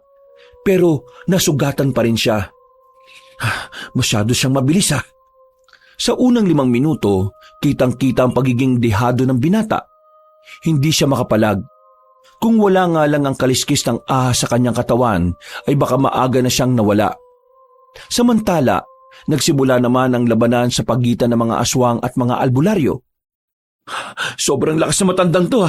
Anong gagawin ko sa isang to? Nang hanapin niya ng tingin si Aling Pelia, nakita na niya ito sa kanyang likuran. Pagharap niya, kinalmot naman siya nito at saka tinusok ulit ang mahahabang kuko. Walang nagawa si Samuel kundi ang dumistansya. Kahit gamitin niya ang abilidad na binigay sa kanya ng ahas, hindi na rin yun umuubra. Isa lang ang naiisip niyang paraan. Kailangan niyang bumalik ng kanilang baryo. Dapat ay mahanap niya ang ahas na tumuklaw sa kanya. Kailangan niya ulit magpatuklaw doon para mas lalong lumakas ang kanyang katawan. Kaya naman, ginawa niya ang lahat ng kanyang makakaya para iwasan ang matandang babae. Sa sunod na atake ng matanda, nagawa na niya itong ilagan. Sinabuyan niya ng buhangin ang mukha nito. Habang napuwing na si Aling Pelia, sinamantala na niya ang pagkakataon na makaalis. Nakatunog naman agad si Mang Efraim at Gitoy, kaya sila na naman ang magkakasama sa truck. Kailangan ko makita yung ahas. Siya ang sagot para matapatan ko ang lakas ng matanda. Paano ka naman nakakasiguro? Ilang beses ako na naginip nitong mga nakarang araw. At sa panaginip ko, nagsasalita yung King Cobra. Sinasabi niya sa akin na kapag kinailangan ko ng tulong niya, bumalik ako sa lugar kung saan ko siya unang nakita. At naniwala ka naman sa panaginip? Oo, dahil hindi pangkaraniwan yung ahas na yon. Mahiwaga siya at nagtataglay na kakaibang lakas na pwede niyang imaipasa sa tao. Pre, huwag ka muna magsasalita. Lalo mo lang mararamdaman lahat ng sugat mo. Tingnan mo, duguan ka na. Ayos lang ako. Hanggat kaya ko pa makatayo, ayos lang ako. Mang Efraim, todo na ba yung bilis natin? Aba, hindi ko to pwedeng iparurot. Baka mamaya mahulog pa tayo sa bangin. Buti pa ang intindihin nyo ay kung nakasunod ba sa atin yung matandang yon. Pre, sinusundan ba tayo ng matandang babae? Hindi ko alam, pre. Humihina yung pakiramdam ko sa oras na ito. Basta, kailangan natin makarating sa kali kung saan ako tinuklaw ng ahas. Doon at doon niya ako pinababalik. Gitoy, tingnan mo nga sa likuran kung may nakasunod. Wala naman, boss. Mang Efraim, bilisan mo ng konti. Papdi na ng papdi itong sugat ko eh. Hindi pwede. Madilim dito. Baka mamaya may makasalubong tayo rito. Hindi pwedeng liliko na lang tayo sa bangin. Teka, paano pala yung mga albularyo na naiwan natin? Huwag mo silang intindihin. Alam nila yung mga ginagawa nila. Ang mas problemahin natin ay yung matandang kalaban ko kanina. Wala akong binatbat sa kanya. Nang malagpasan na nila ang kalsada, mas binilisan na ni Mang Efraim ang sasakyan. Sa mga pagkakataong ito, nagkaroon na nga ng pag-asa si Samuel. Pero nang malapit na sila sa daan na kailangan nilang hintuan, meron naman silang nakitang katawan ng nyog na nakaharang sa daan. Wala silang nagawa kundi ang bumaba na lamang. Laking gulat nila nang may maglabasan na lalaki mula sa gilid. May mga hawak yung baril at ang iba ay may mga patalim. Pero ang mas ikinagulat ni Samuel, nakita niyang naroon din si Lemuel at tila ito pa nga ang nangunguna sa pangu-hold up na nangyayari. Lemuel? Tingnan mo nga naman, talagang pinagtatagpo yung landas natin, kambal ko ah. Hoy, kanina tong magandang truck na to. Tiba-tiba kami rito, mukhang bagong bili. Seryoso ka ba? Humantong ka na sa ganitong gawain para lang magkapera? Sira ulo ka rin pala eh. Anong tingin mo? Hindi nauubos ang pera ko. Bulilyaso pa yung pinagkukunan ko ng pera dahil sa mga visit na aswang-aswang na yan. Samuel, ito ba ang kakambal mo? Hoy, tanda! Ikaw ba may-ari ng truck na ito? Oo, ako nga. Kukunin niyo sa akin? Oo, kailangan namin ng pera eh. Bumuo ka pa talaga ng grupo para lamang hold up ha? Hindi ka na ba talaga tinatablan ng kabutihan? Hindi ka mabubuhay sa mundong ito kung palagi ka lang umaasa sa kabutihan. Kaya nga nauso gumawa ng masama, di ba? Para balanse. Akin na yung susi, para hindi na kayo masaktan. Wag! Kailangan namin ng sasakyan na to. Kailangan ko makarating sa pupuntahan namin. Oh wait, teka. Ngayon ko lang napansin Bakit ka pala maraming sugat? Mukhang hinangina ka. Tutulong sana si Gitoy kay Samuel pero bigla na lang silang tinutukan ng baril. Kaya naman kung tutuusin, kakayanin pa ni Samuel na palagan si Lemuel. Ang kaso nga lang, nasa panganib naman ang buhay ni Gitoy at Mang Efraim. Pakiusap Lemuel. Kahit na ngayon lang, makisama ka naman. Kailangan ko makatuloy sa pupuntahan namin. Kapag hindi ko napaslang ang matandang aswang na yon, maraming buhay ang maaaring malagay sa alanganin. Bakit? Ikaw ba ginugulo ng mga aswang? Pasensya ka na Yung kinuha ko kasi sa kanila, naibenta ko nitong nakaraan pa Okay lang yan. Ikaw naman ang mabait At ang mga mababait sila ang kinukuha ng Diyos kagad. Nagtawa na naman kasama ni Lemuel. Habang si Samuel naman, sinusubukan niyang paganahin pa ang lakas na meron siya. Pero dahil sa mga sugat niya, hindi niya yun magawa. Yung susi lang ang kailangan ko. Samuel, ibigay na lang natin. Sabi mo malapit naman na tayo Kaya lakarin na lang natin. Buti mo itong matanda na to, nakakaintindi. Hindi pwede. Nahihirapan na akong kumilos. Baka hindi na ako umabot kapag naglakad tayo. Kailangan ko na yung ahas na yon. Kailangan ko na magpatuklaw. Tuklaw ang putik. Ikaw yata buwang Bakit ka naman magpapatuklaw sa ahas? Tuligsa ka pala Lemuel, nagmamakaawa ako sa'yo. Palagpasin mo na muna kami. Sige na. Okay, sige. Papayag ako sa isang kondisyon. Kahit anong kondisyon, gagawin ko. Huwag niyo lang kunin yung truck. Kahit ano O sige, halikan mo muna pa ako. Tarantado ka pala Sabog na sabog ka sa droga, no? Mas lumala ka na Manahimik ka! Baka unahin kita dyan. Sige, gagawin ko. Hoy, ano pinagsasabi mo? Mas malaga ang buhay ng mas nakakarami kaysa sa imahe na meron ako. Yan ang gusto ko sa kambal ko Masunurin. O sige na! Halikan mo na ang pa ako. Pre, hindi tutupad sa usapan yan. Tingnan mo, sabog na sabog yan Wala na sa katinuan yan. Hindi niya pinakinggan si Gitoy. Kahit na alam ni Samuel na isang malaking tapak sa pagkatao niya ang kanyang gagawin, lumuhod siya at agad na hinalikan ng paa ng kanyang kakambal. Agad namang tumawa ang binatang si Lemuel para na itong mamamatay sa kakatawa. Joke lang! Kukunin pa rin namin ang truck. O akala mo sa akin, tanga? Kailangan namin ng pera at hindi ang halik mo. Walang yaka talaga kahit kailan. Naiyak na lamang si Samuel ng mga sandaling yun, pero mas lalo siyang kinabahan nang maramdaman na niya ang presensya ng matandang babae. Nagawa silang sundan ito. Nagulat na lang silang lahat nang may matanda nang nakatayo sa gitna ng daan. Hoy, anong ginagawa mo dyan? Kung dadaan ka, dumaan ka na. Hindi yung patayo-tayo ka ba dyan, tanda? Nanlalaki ang mga mata ni Samuel. Alam niyang katapusan na nilang lahat dahil sa mga oras na yon, wala na rin naman siyang magagawa para labanan na matanda. Ikaw ang totoong nagnakaw ng mga alahas, lalong-lalo na ang singsing. Nawala ang ngiti ni Lemuel sa mga oras na yon. Isang malaking pagtataka ito para sa kanya. Hindi niya alam kung papaanong naalaman ng matandang babae ang bagay na yon. Tinutukan niya ng baril ang matandang babae. Dahil sa kasabugan, malakas ang loob nitong paputukan yon. Pero laking gulat niya nang makailag ang matanda. Nagpaputok pa rin ang mga lalaki. Nang mapansing hindi pangkaraniwan ang nasa harapan nila. Aswang yan! Patayin nyo! Nung mga sandaling yon, nagtago si Gitoy at Mang Efraim sa ilalim ng truck. Pagtingin ng dalawa sa gilid, wala na roon si Samuel. Wala silang kamalay-malay, gumapang na pala ang binata patungo sa halamanan.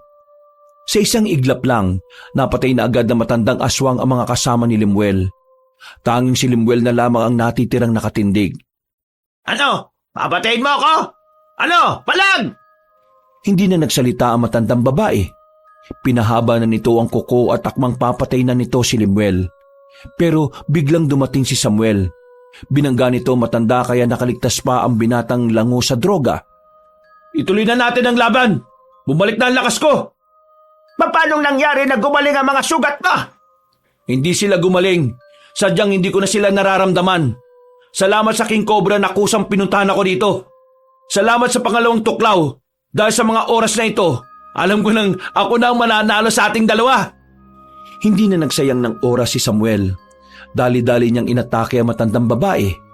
At kahit nagbago na ng anyo ang matandang si Pelia bilang kubot, hindi pa rin ito umubra.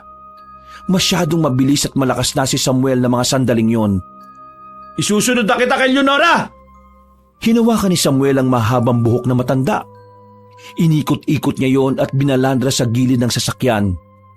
Nang bumagsak ang matandang aswang ay kagad niya itong hinila. Pinahaba niya ang kanyang kuko at saka itinarak sa tiyan nito. Mas mataas na level ng kamandag na yan. Kaya kahit malakas pa ang katawan mo, hindi ka na niyan sasantuin. Hindi maaari. Hindi pwede ito. Maya-maya pa, bigla na lang sumuka ng dugo si Aling Pelia. Kasunod nito ay ang pagbula ng bibig nito at pangingisay. Nakalauna naman ay namatay na rin. Nakadilat pa ang mga mata nito. Wow! Ang galing mo naman! Napatay mo yung aswang! Tingnan natin kung kakayanin mo tong tingga na lalabas sa baril ko. Tinutukan siya ni Limuel. Patawa-tawa pa ito. Wala na talaga ito sa katinuan. Limuel, magbago ka na. Kahit na ganyan ka, mahalaga ka pa rin kay Lolo. Hindi man niya sinasabi sa akin, pero alam kong gusto ko pa rin niyang bumalik sa atin. Ayusin mo ang buhay mo. Baka sa paraan na yon, magkasundo pa tayong dalawa. Piliin mo ang tamang landas, Limuel. Handa naman akong patawarin ka eh. Patawarin pinagsasabi mo. Walang ganoon. Tatapusin na kita ngayon. Total, ikaw naman ang mabait eh, at ako naman ang masama. Ano bang punot dulo ng galit mo sa akin? Hindi mo alam? Pwes, para sabihin ko lang naman sa iyo, mula nang isinilang tayo, miserable na ang buhay ko. Lagi akong kinukumpara sa iyo eh, wala ka rin namang narating sa buhay mo, siraulo ka. Lahat, ikaw ang magaling eh. Ikaw na lang palagi. Hindi ko kasalanan na mas pinili mong mainggit kaysa magpakabuti sa sarili mo. Desisyon mo ang dahilan kung bakit ka nagkakaganyan. Pero hindi pa naman huli ang lahat. May oras pa para itama ang lahat ng pagkakamali mo. Hindi na ako magbabago. Masaya na ako sa ganitong buhay. Anong masaya sa ganyang buhay? Napakakomplikado ng ganyang buhay. Bakit ba ayaw mong mamuhay ng payapa? Manahimik ka na! Babarilin na kita! Hindi na naituloy ni Limuel ang kanyang sasabihin nang biglang makalapit na sa kanya si Samuel. Naagaw ni Samuel ang baril ng kakambal niya. Pinalo niya sa batok si Limuel at agad din naman itong nawala ng malay. Isinakay nila si Limuel sa truck. Dinala nila ito sa istasyon ng pulis. Pero hindi sila nagbigay ng salaysay. Ganun pa man, nakulong pa rin si Limuel dahil marami na rin pala itong bad record. Isang araw ang nakalipas, tuluyan ang naubo sa mga aswang. Masasabi ni Samuel na nanalo sila sa laban. Pero isang laban pa ang kailangan niyang harapin. Yun ay ang laban ng kanyang pamilya. Kahit kasi puro kasamaan ang ginagawa ni Limuel sa kanila, sinusubukan niya pa rin itong patawarin. Umaasa pa rin sila na darating ang araw na magbabago rin ang kanyang kakambal. Hindi niya alam kung kailan, pero palagi niyang dinadalangin na sana magbago ang ihip ng hangin. Nang sa ganon, mapagtanto ni Limuel ang lahat ng pagkakamali niya sa buhay. Samuel, maraming salamat ha. Kung hindi dahil sa iyo, wala tayo ngayon sa ganitong kapayapang buhay. Ginawa ko yun kasi mahal ko kayo, Lo. Ano po pala yung gagawin nyo ngayon? Ipagpapatuloy nyo pa rin po ba yung pagiging makamandag na manunugis ng mga aswang? Hindi na nakasagot pa si Samuel. Napangiti na lamang siya. Isang buwan na rin kasi mula nang kusang mawala ang kakaiba niyang abilidad. Nakausap niya ang asa kanyang panaginip. Sinabi nito sa kanya na tapos na ang kanyang misyon. Nasabi rin nito na paparating sa buhay nila ang isang gantimpala. Pero Para kay Samuel, ang makitang masaya at nakangiti ang kanyang mga mahal sa buhay, yun na ang pinakamagandang gantimpala. Hindi na niya nalaman kung anong klaseng nilalang ang ahas na tumuklaw sa kanya. Ang mahalaga na lamang sa kanya, nagawa niya ng tama ang kanyang tungkulin bilang isang manunugis na minsan ang nagdala ng isang epektibong kamandag. At ngayon, tinatamasa na nila ang buhay na tahimik at nakakatulog na rin sila sa gabi nang walang naririnig na panganib. Mga kabangers, mga kayanggaw, si Kabanong Puli. Nako, maraming salamat na naman po sa pakikinig dito sa ating kwento. At meron lang po uli akong hiling sa inyo ha. Sana po pagkatapos nito ay bisitahin nyo din po yung isang channel po natin, yung Pamela Clamil. Yan, ako rin po kasi ang nagnanarrate doon bilang si Lolo Pael at minsan ako rin po as Kabanong. So sana po ay magpunta kayo doon at syempre don't forget to subscribe tapos mag-like at mag-comment na rin po kayo doon ha bilang tulong na rin po ninyo. At sana suportahan nyo rin po yung ibang mga channels po natin. Okay? So once again, ito po si Kabanong nagsasabing maraming salamat. I love you all!